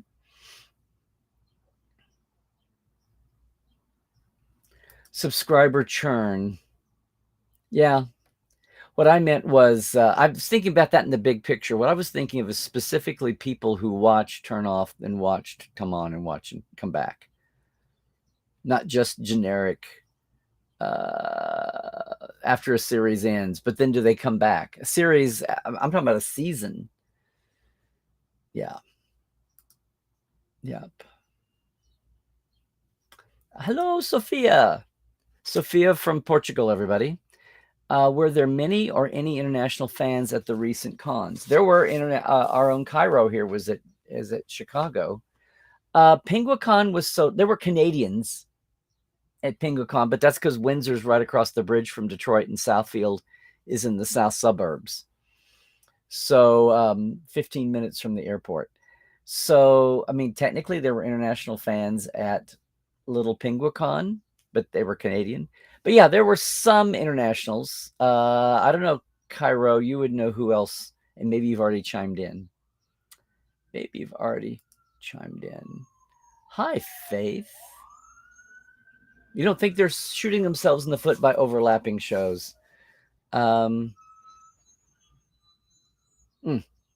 I mean, in a general way, yes, what you're saying. Different treks for different people keeping it going. I was just talking specifically about dovetailing the end, the big, obvious publicity promotional pools, the first and last. Oh, Lurian. Okay. Morn. Okay. Halbjorn. Not sure about having an Icelandic podcast about Star Trek since you do not have Paramount Plus unless you have VPN or you're a pirate. All you have is Netflix and Prime. Would be difficult to have a weekly podcast if many have not seen the show. Well, sure, absolutely. I'm talking generically. I wasn't trying to push anyone into a life of crime. Okay. Don't get me wrong, my esteemed Patreon person. Come on down. Here we go.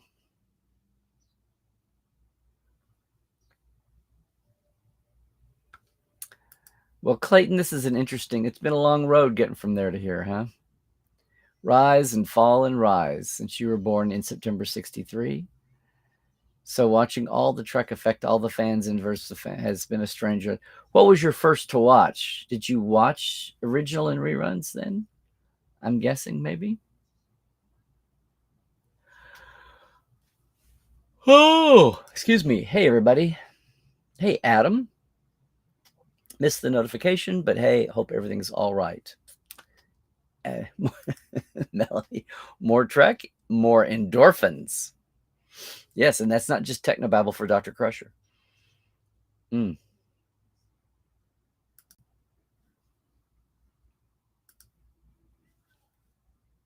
Futurama Lurian was Morn species. There we go. Where no fan has gone before. There's your crossover, yes.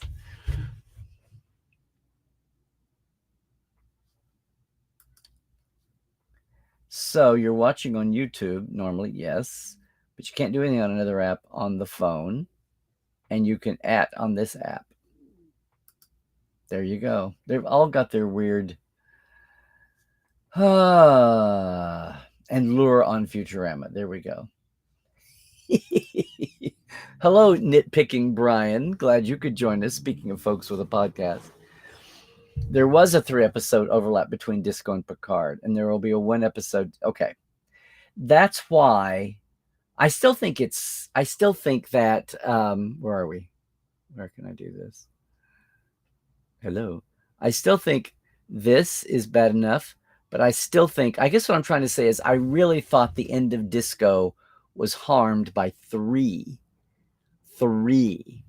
Because I think there was so much hoopla about Picard and the ship porn and the art guys back and all I think so much visual and Easter eggy buzz around Picard really sucked. It wasn't a 50-50 proposition. Now a lot of people finally did watch the end of, but I just think Disco took a backseat to Picard as its season wound up. And whether that was accurate or fair or not, it was a fact. And I just think people are going to remember the good or bad. I think people are going to remember the end of that season of Discovery in a less complete way.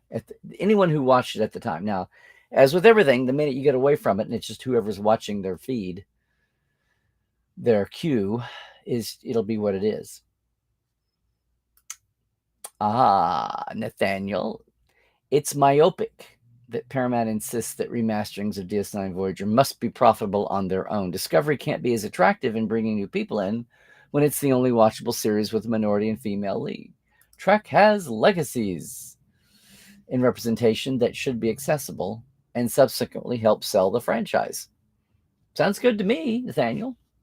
You want to put that in a pitch deck and take it by? I think people will see, just in the same way that people eventually saw repeat tapings, DVRing, TiVoing, and repeat views were just as valuable as first timers, whereas that was Enterprise was the most TV'd series the last 2 seasons it was on the air, and Paramount didn't, UPN didn't care.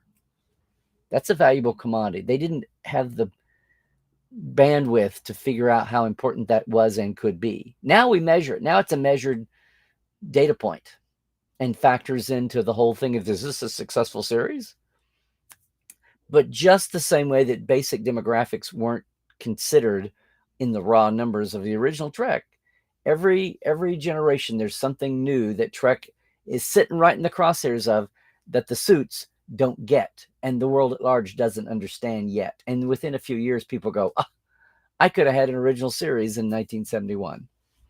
I could have had Enterprise going for a 5th year or 6th year, and it might have exploded for real. So yeah. Yep.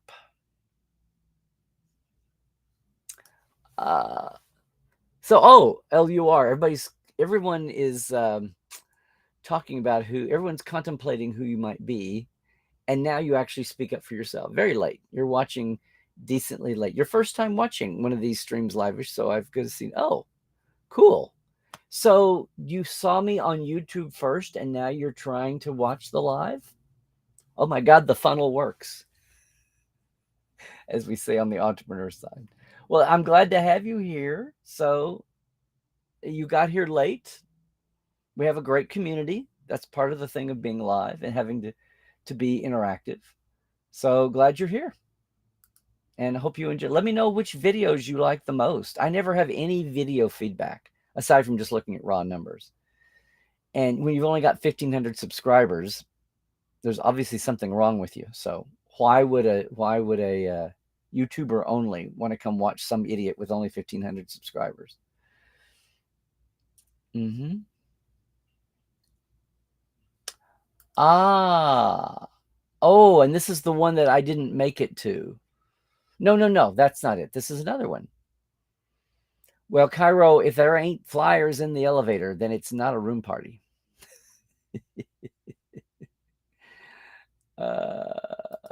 It was an impromptu, off-the-cuff room party. Okay.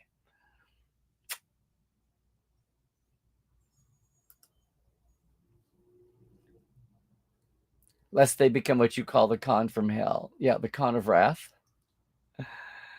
Right.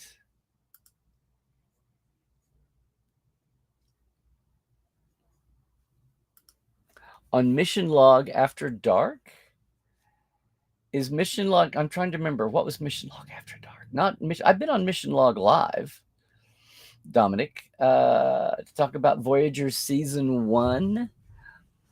Mission Log After Dark. We'll have to see about that. I think I know 1 or 2 people that work on that show.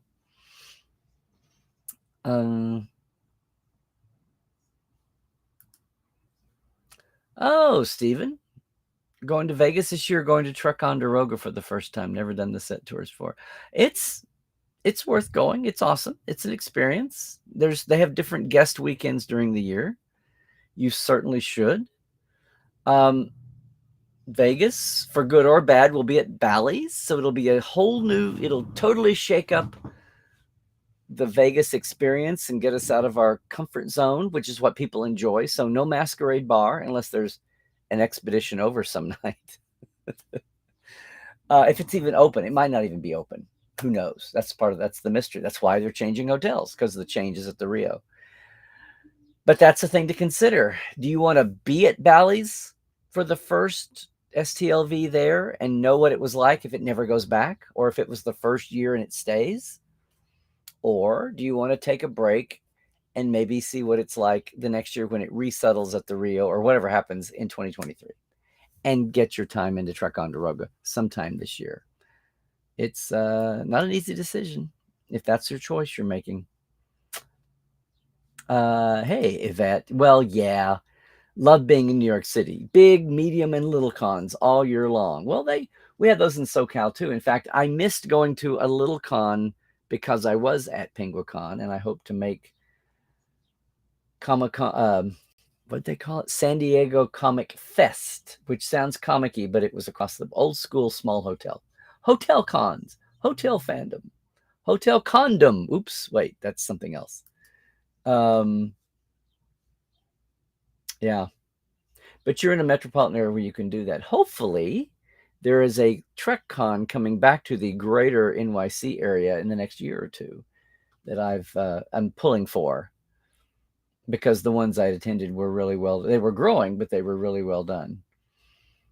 And I've lost my.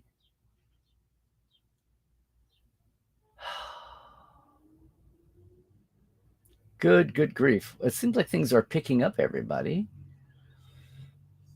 I totally lost my place.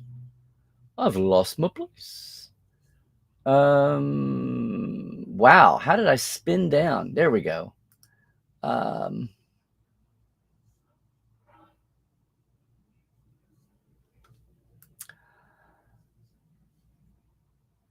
Oh, Dan. The very first time I met a fellow Star Trek fan. See, this is, wow. I've never had anybody ask me it that way.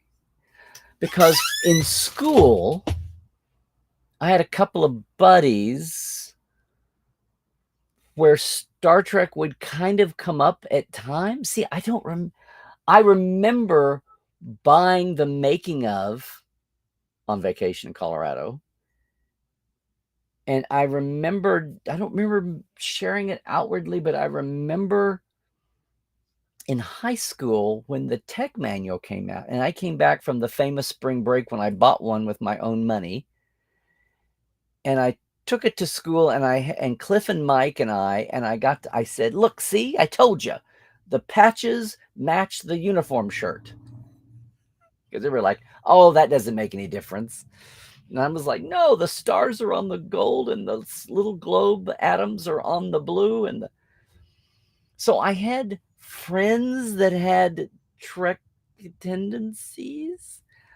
I remember Dean Lindsay. Are you watching out there? I remember Dean was the first person to take me to a comic shop, nostalgia genre bookstore, Bart's Books at the corner of Bonnie's, which later became down memory lane. And here was big pictures of Color McCoy on the giant poster book, which I'd never seen before, and on Trek magazine, the old semi-fanzine pro magazine. And I about wet my pants. So, but I had people who were friends first, and then I found out they had a Trek thread. But if I'm going to think about the first fans I met, I think it's when I answered a flyer. I found a postcard, answered a flyer, and wrote to somebody because I didn't have a car, and I was a county and a half away. and I wrote to somebody and I joined Star OKC without having met anybody because it was a Star Trek club and I should be in a Star Trek club. And the first time I went to one of their meetings, I don't have it really in my head, but by the time I got there, they had fallen apart and there were only 4 members. So yeah, I think I go back to Jennifer Reynolds and Paul Merrick, who I knew for many years after that.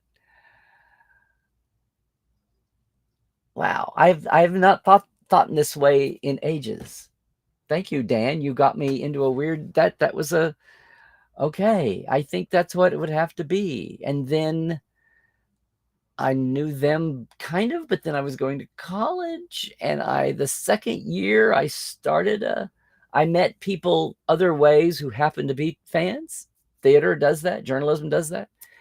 And then my sophomore year, I started a club. I put up signs and started Starbase ECU, a generic science fiction club that leaned into Trek, and met a ton of people and met my oldest best friend there, Kevin. And we were off and running, I guess, after that. But, wow, good question. I met a fan. Because I instantly put in 2 categories. People I knew already who happened to be fans, and people who I only met because of Trek. Wow. Wow, wow, wow. Why does this keep going forward? Good God. How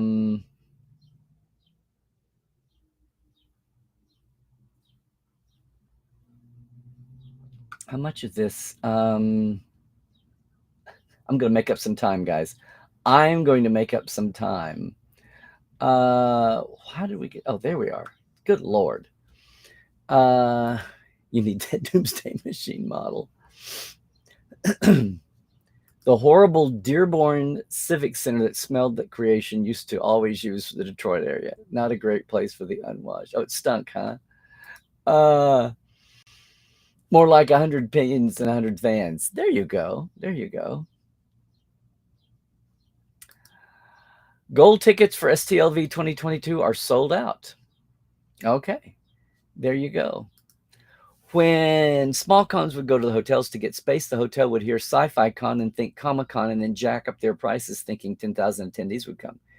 Guests would jack up their oh, well, see, this is after you're talking about the last 10, 12 years then, because that used to not be that awareness. Nobody knew a Comic-Con from a Sci-Fi Con. Cons were just those Trek kids, and there'd be 200 of them, and they don't have money, and they don't spend money, and they don't eat in the restaurants, and all they want is cheap free food out of the vending. I mean, that's where I came in, and we had to say, no, people are buying rooms and people are eating, and that whole thing about fans don't go anywhere, and if you would give them food decently, they will sit here and eat and spend more money, and we don't have to have a food function. Yeah, I think you're talking post 2008, post 2010, Carl. But still, that's nothing to blow off. That's been 12, 14 years now. Very much a thing. But I get you.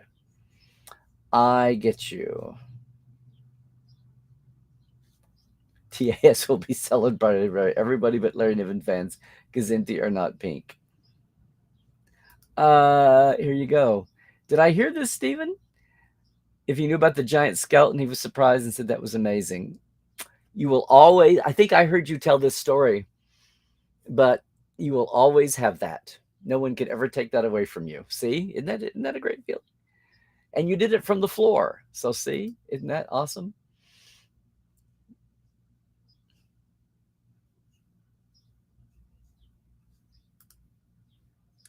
How did I feel that this season of Picard is included one of the shortest live action episodes in all of Kurtzman Trek?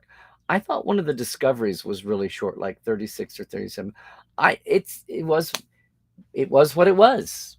Maybe they were glad to have a breather. Maybe that's just maybe they had to delete something at the last second that was shot. I mean, I can't wait to hear about it, because I'm sure if to go to the trouble of promoting and all the promotional distributional aspects, there's something to. It's digital, so there's no space requirements on the long end about having to cut back. The other extreme is kind of weird. Either something fell through or it didn't hang together, Or maybe they're somehow able to make up some budget with a short show. I don't know. That's a good question. The fact that everyone's melting down about it, if that's happening, I must have missed that one, but that's silly, I think. There's 5 other shows happening right now. Some series are going to be, some episodes are just going to be shorter than others, and one of them is going to be way shorter, somewhere in the mix of things.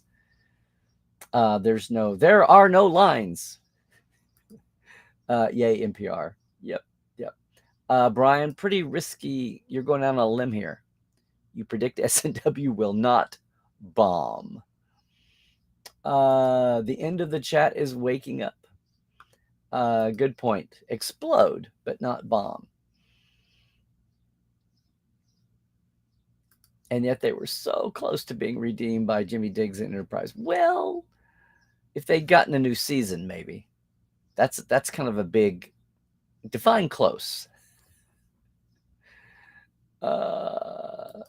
Let's see. There you go. Yay, 2001. Well, I didn't say that, did I? Hey, Linda, we need more Cadet Alice. Well, as soon as I can we've done 6 of the first 10. We may slow down and just do one show at a time. They may be easier to hang on to for discussion purposes. Oh, Halbjorn, obviously you somehow luckily avoided the entire run of Life Support Live. More folks need a dose of NPR. I totally agree, Linda. I totally agree. Tobias, you want an impression? Come on. I've done McCoy since I was 18 or what, 18 months old, I feel like. There you go. Well, I'll tell you, they had a silent auction, a charity auction, a silent auction at Penguicon, and I brought something that was way undervalued. I brought a Star Trek memento that I have a few of, but still they're pretty rare, and I put out there. And somebody said one of the other guests was going to do a phone answering, a phone message. And I thought, oh, well, I can do that. They were impersonating somebody, but it was like an author that only a tiny little fraction. And I said, well, I'll do a Dr. McCoy impersonation. And they're like, oh, but it written on a piece of paper, it didn't oomph. Nobody bought it. But it made me think. It's like, well, if that's where the realm goes, if that's the paradigm of this thing, then sure. I can say anything. We can do any kind of. I'm a doctor, not an answering machine. I mean, that seems pretty obvious. And brother, they got a lot of nerve. Okay. If people.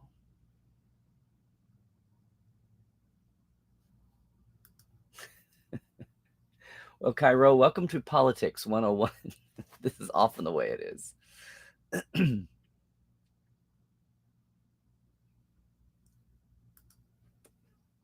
You wonder how many times they go around the bend among the producers and studio execs and turn around how they can't call it Star Trek progeny because no one can say progeny. People can't say progeny?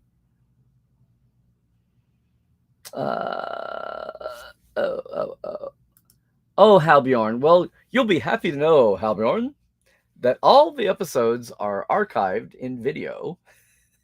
And there's a podcast audioized where we cut out the first 50 episodes, I think, are up as a podcast, where we cut out the timeliness if we mention something about to happen.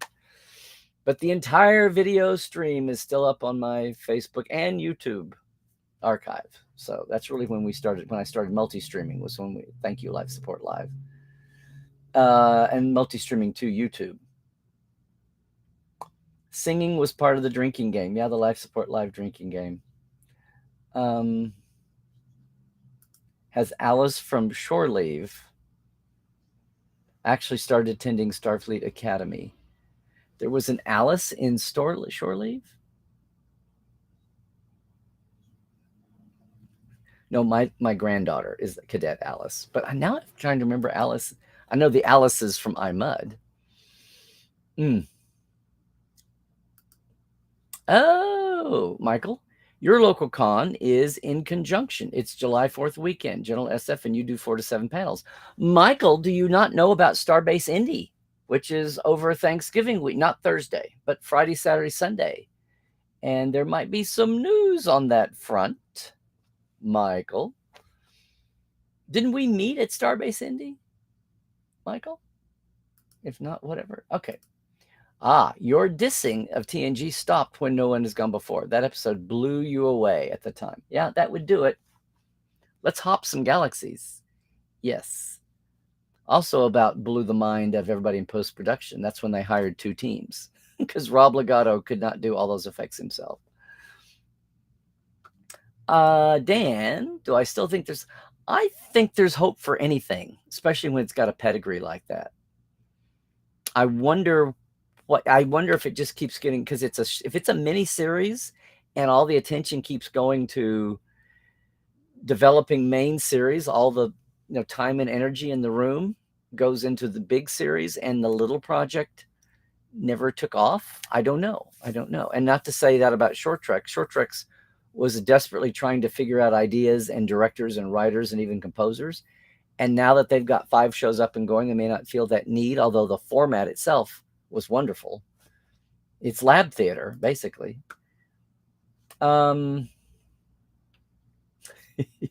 You wade in the waters of Star Trek and bask in its episodes of glory. You're not alone. You are not alone. Oh, Linda, will Star Trek Continues ever be considered canon? I think the glow, so much glow, is as much as people love it and as much as we love working on it, I think thanks to Vic Mignogna's shenanigans, I think the glow is off. I think the glow is off the, sorry to say the worm. I think the glow is off the, whatever. I think the shine is gone, and I don't think it ever will. And which is probably what would have happened anyway. But, and now the hotness of that in the fallow times, I think all of that context is going to go away. And eventually it'll just be people saying we need to do a canon story about it. Wow, Dan, why don't you just ask the big question?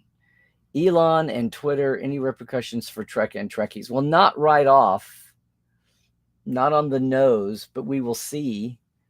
We will see if the whole platform gets inundated with too much garbage that's not regulated. Let me say this. There's this thing about tech companies, because they're techie and because they're not ink on paper. I worked in news. I worked at a newspaper. And number one, and guys, put your heads back into dead tree media days, okay? Not 24/7, not everybody with a keyboard in their hand, back to newspaper and magazine days. And how did we have interaction and community with our audiences and our readers? Well, aside from some live events occasionally and contests and things, we always had the good old letter to the editor. And our letters to the editor policy always was all letters had to be signed to us. If you wanted to be published anonymously, okay, but we had to know, and we would keep your identity secret. Now, we were the platform. We had an editorial opinion, but then we also let people do letters to the editor, which sometimes challenged our center-left-ish editorial position there in Norman, University City. But we needed to know who sent anything. If something came in unsigned, it was not accepted. And then people, especially during election years, would bring in ads, political ads for their candidate, or maybe even against another candidate, or for a proposition, right? A question, a ballot measure, something. And it was up to us. We screened. And if something strayed from opinion into misfact, we rejected the advertisement. They're paying for it. And if we knew there was verifiable wrong information, if there were numbers and dates and statements of record that weren't being quoted from an official logbook or an official transcript of a court hearing or a meeting. If something like that was happening, then we rejected the ad, or we said, you have to rework this. So just because we're on a high-tech world, maybe I should have saved this for a Tuesday. Just because we're in a high-tech world and paper is dead tree media, that doesn't, we were the channel. The newspaper was the equivalent of channeling. It was the Facebook, it was the Twitter, it was the local Facebook, the local Twitter. And we took responsibility for not putting wrong facts out. Now, if somebody wanted to come along later and challenge that, they could, and maybe that became a thing. If somebody really wanted to throw away money in a small market, they could take us to court. But most of the time, judges are going to err on the side of the gatekeeper when something is very, very, very dicey, especially when it's in the realm of a political campaign where things get pushed anyway. So I'm just saying, somehow that equivalency, and that's what TV stations did, local news and radio also did the same thing, and they were media. And they would give, opposing, here's an editorial reply, the old days. And now here's a rebuttal to our editorial of last night.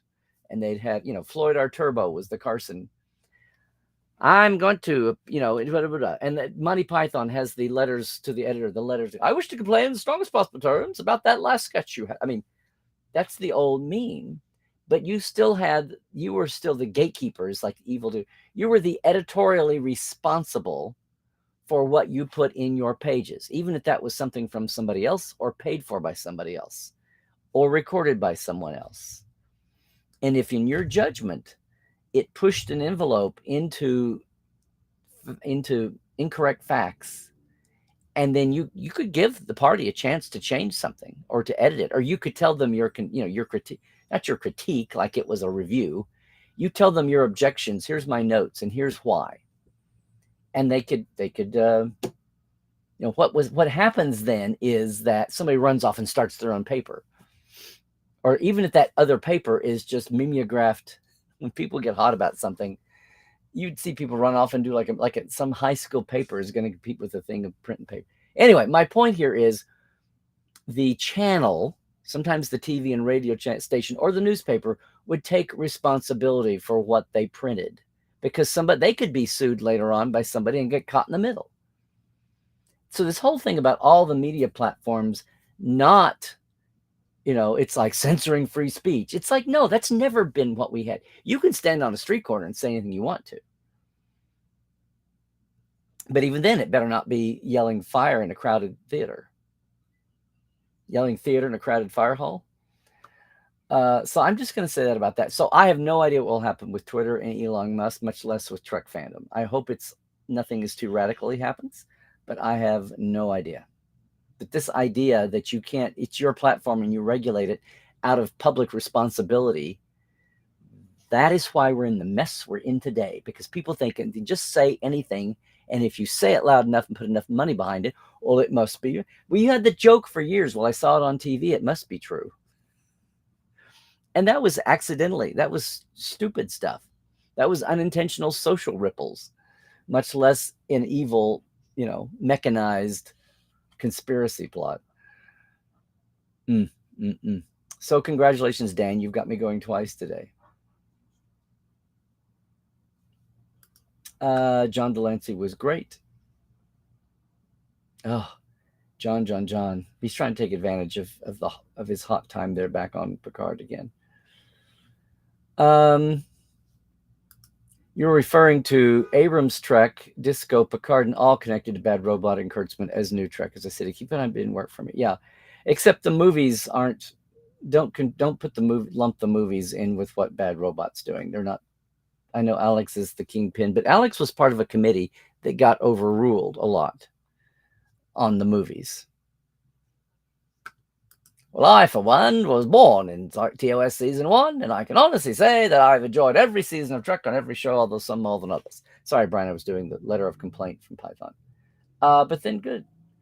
Linda says, need to see you on Star Trek The Cruise 6 or more. Linda, if you want to write a letter to the editor with that opinion, please do so. Only don't write it to the editor. Write it to, what are they, ECP? EVP? Entertainment Cruise Partners? Is that what it is? ECP? Please write a letter to them. An unsolicited letter from me. We are trying to reclaim our Facebook sanity from the algorithm. And now Twitter is taken over by someone who's known for critiquing all over the place. Yeah, it's free speech unless you oppose me.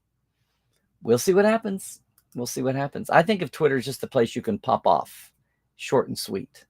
So if that becomes a toxic place and there's no replacement, then I don't know. If it becomes like Facebook has gotten icky, and I've slacked off a lot of what I do on Facebook.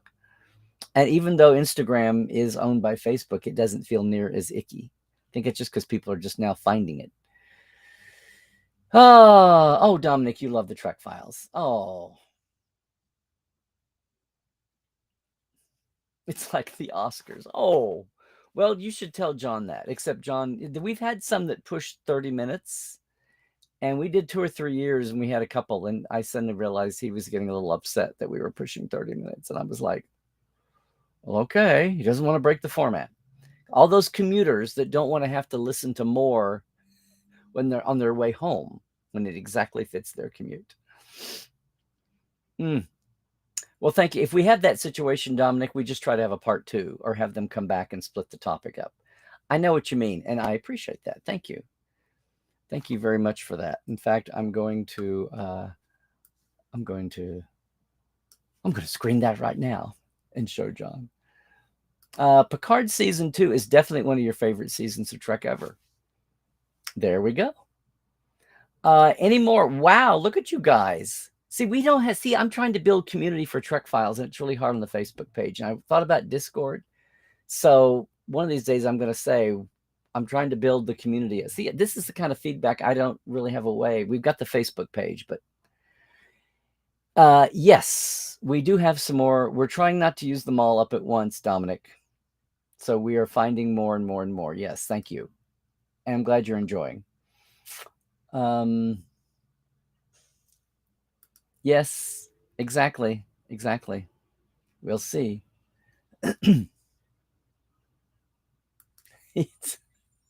He's 67 and hard to get the old dog to do new tricks, huh? But he adores TNG and TOS. See, and that's funny to people who couldn't stand TNG because it was usurping. You know, that's before the paradigm of it being a franchise, not a show. But boom. Sounds just like my dad. There you go.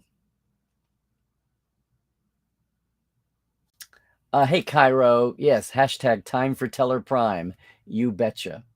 You betcha. And I realized this later. EWR is Newark. Yep. Every time I see EWR, I always think of Eugene's Wesley Roddenberry. Did you know that? EWR is Gene's actual initials. It's a big country. New Jersey is 9 hours from Detroit. Yeah. Well, I didn't know where you were in between, Cairo. Okay. If that was your departure point.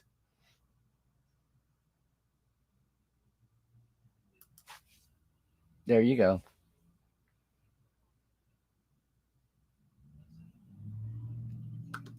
You got to Ticonderoga. Very good then. If he visits, he wants to go to Atlanta.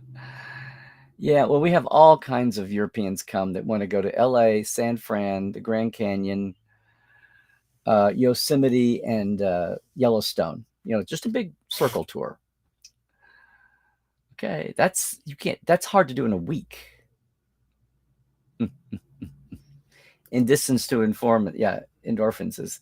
My goodness, folks, look at the time. We've gone so far over today, but we will see. Well, let's see about wrapping this up.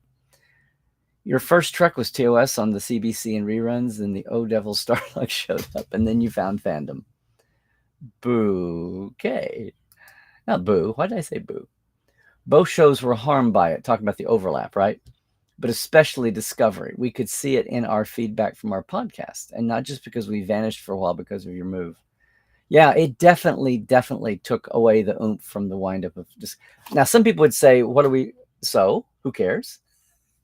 But if you were trying to build up on Discovery, it definitely took away a lot of the oomph from it. The cancellation was a crime. Yep. Mm-hmm. You think they'll go back to the Rio once possible, as they did like the convention center. It'll be refurbished in style. We'll see. We will see. Well, they certainly have a totally different vibe, don't they, Linda? Yep. Oh my. Oh my, Linda. I'm sure you told me this in our sit down. The first time you met other Trek fans was at the Con Rath in Houston. And look, you're still standing. But you enjoyed it. Everything. You're one of those that said, I got everything I paid for. Why would I complain? Why would I be disappointed? Yes. Okay, well, see, this is what I mean, Carl. Is it like in the family, in your social circle, or totally new stranger? Yeah. Thank you, Dan. Thank you, Dan. There you go. One of your best high school friends took you to your first con in 75 or 6. Wow. Okay. Big gap then. You kept it personal. You were an armchair fan, literally, Linda, and now look at you. What are you saying? One of the Picard directors said they took something he directed and put it in a previous episode. So the short ep could be the one that was edited for better continuity. There you go. There you go. We'll find out. Figure if I'd sit and watch them consistently out of week to week, we'll figure out what that was. Yeah. Yeah, but I would no, Dan. I'm old and broke. We need to. I need to sell that in auctions or something. I need to do Canva. I need to do. Oh my God, I got invited. A lot of people get confused with that blonde girl meme look.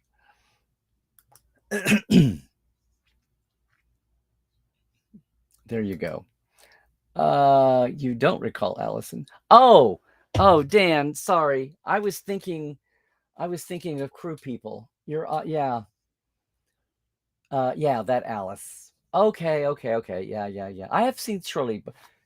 Dan, I promise I've seen Shore Leave before. Okay, Michael. So I was just shocked that you were in Indy and didn't know about Starbase Indy. And then I went, wait a minute, that's where we met. Well, you had mentioned it a couple of weeks ago. So I know. I think so too. And so does James, and so does everybody else connected to it. Everybody's just a little queasy about stepping into the spotlight for it right now.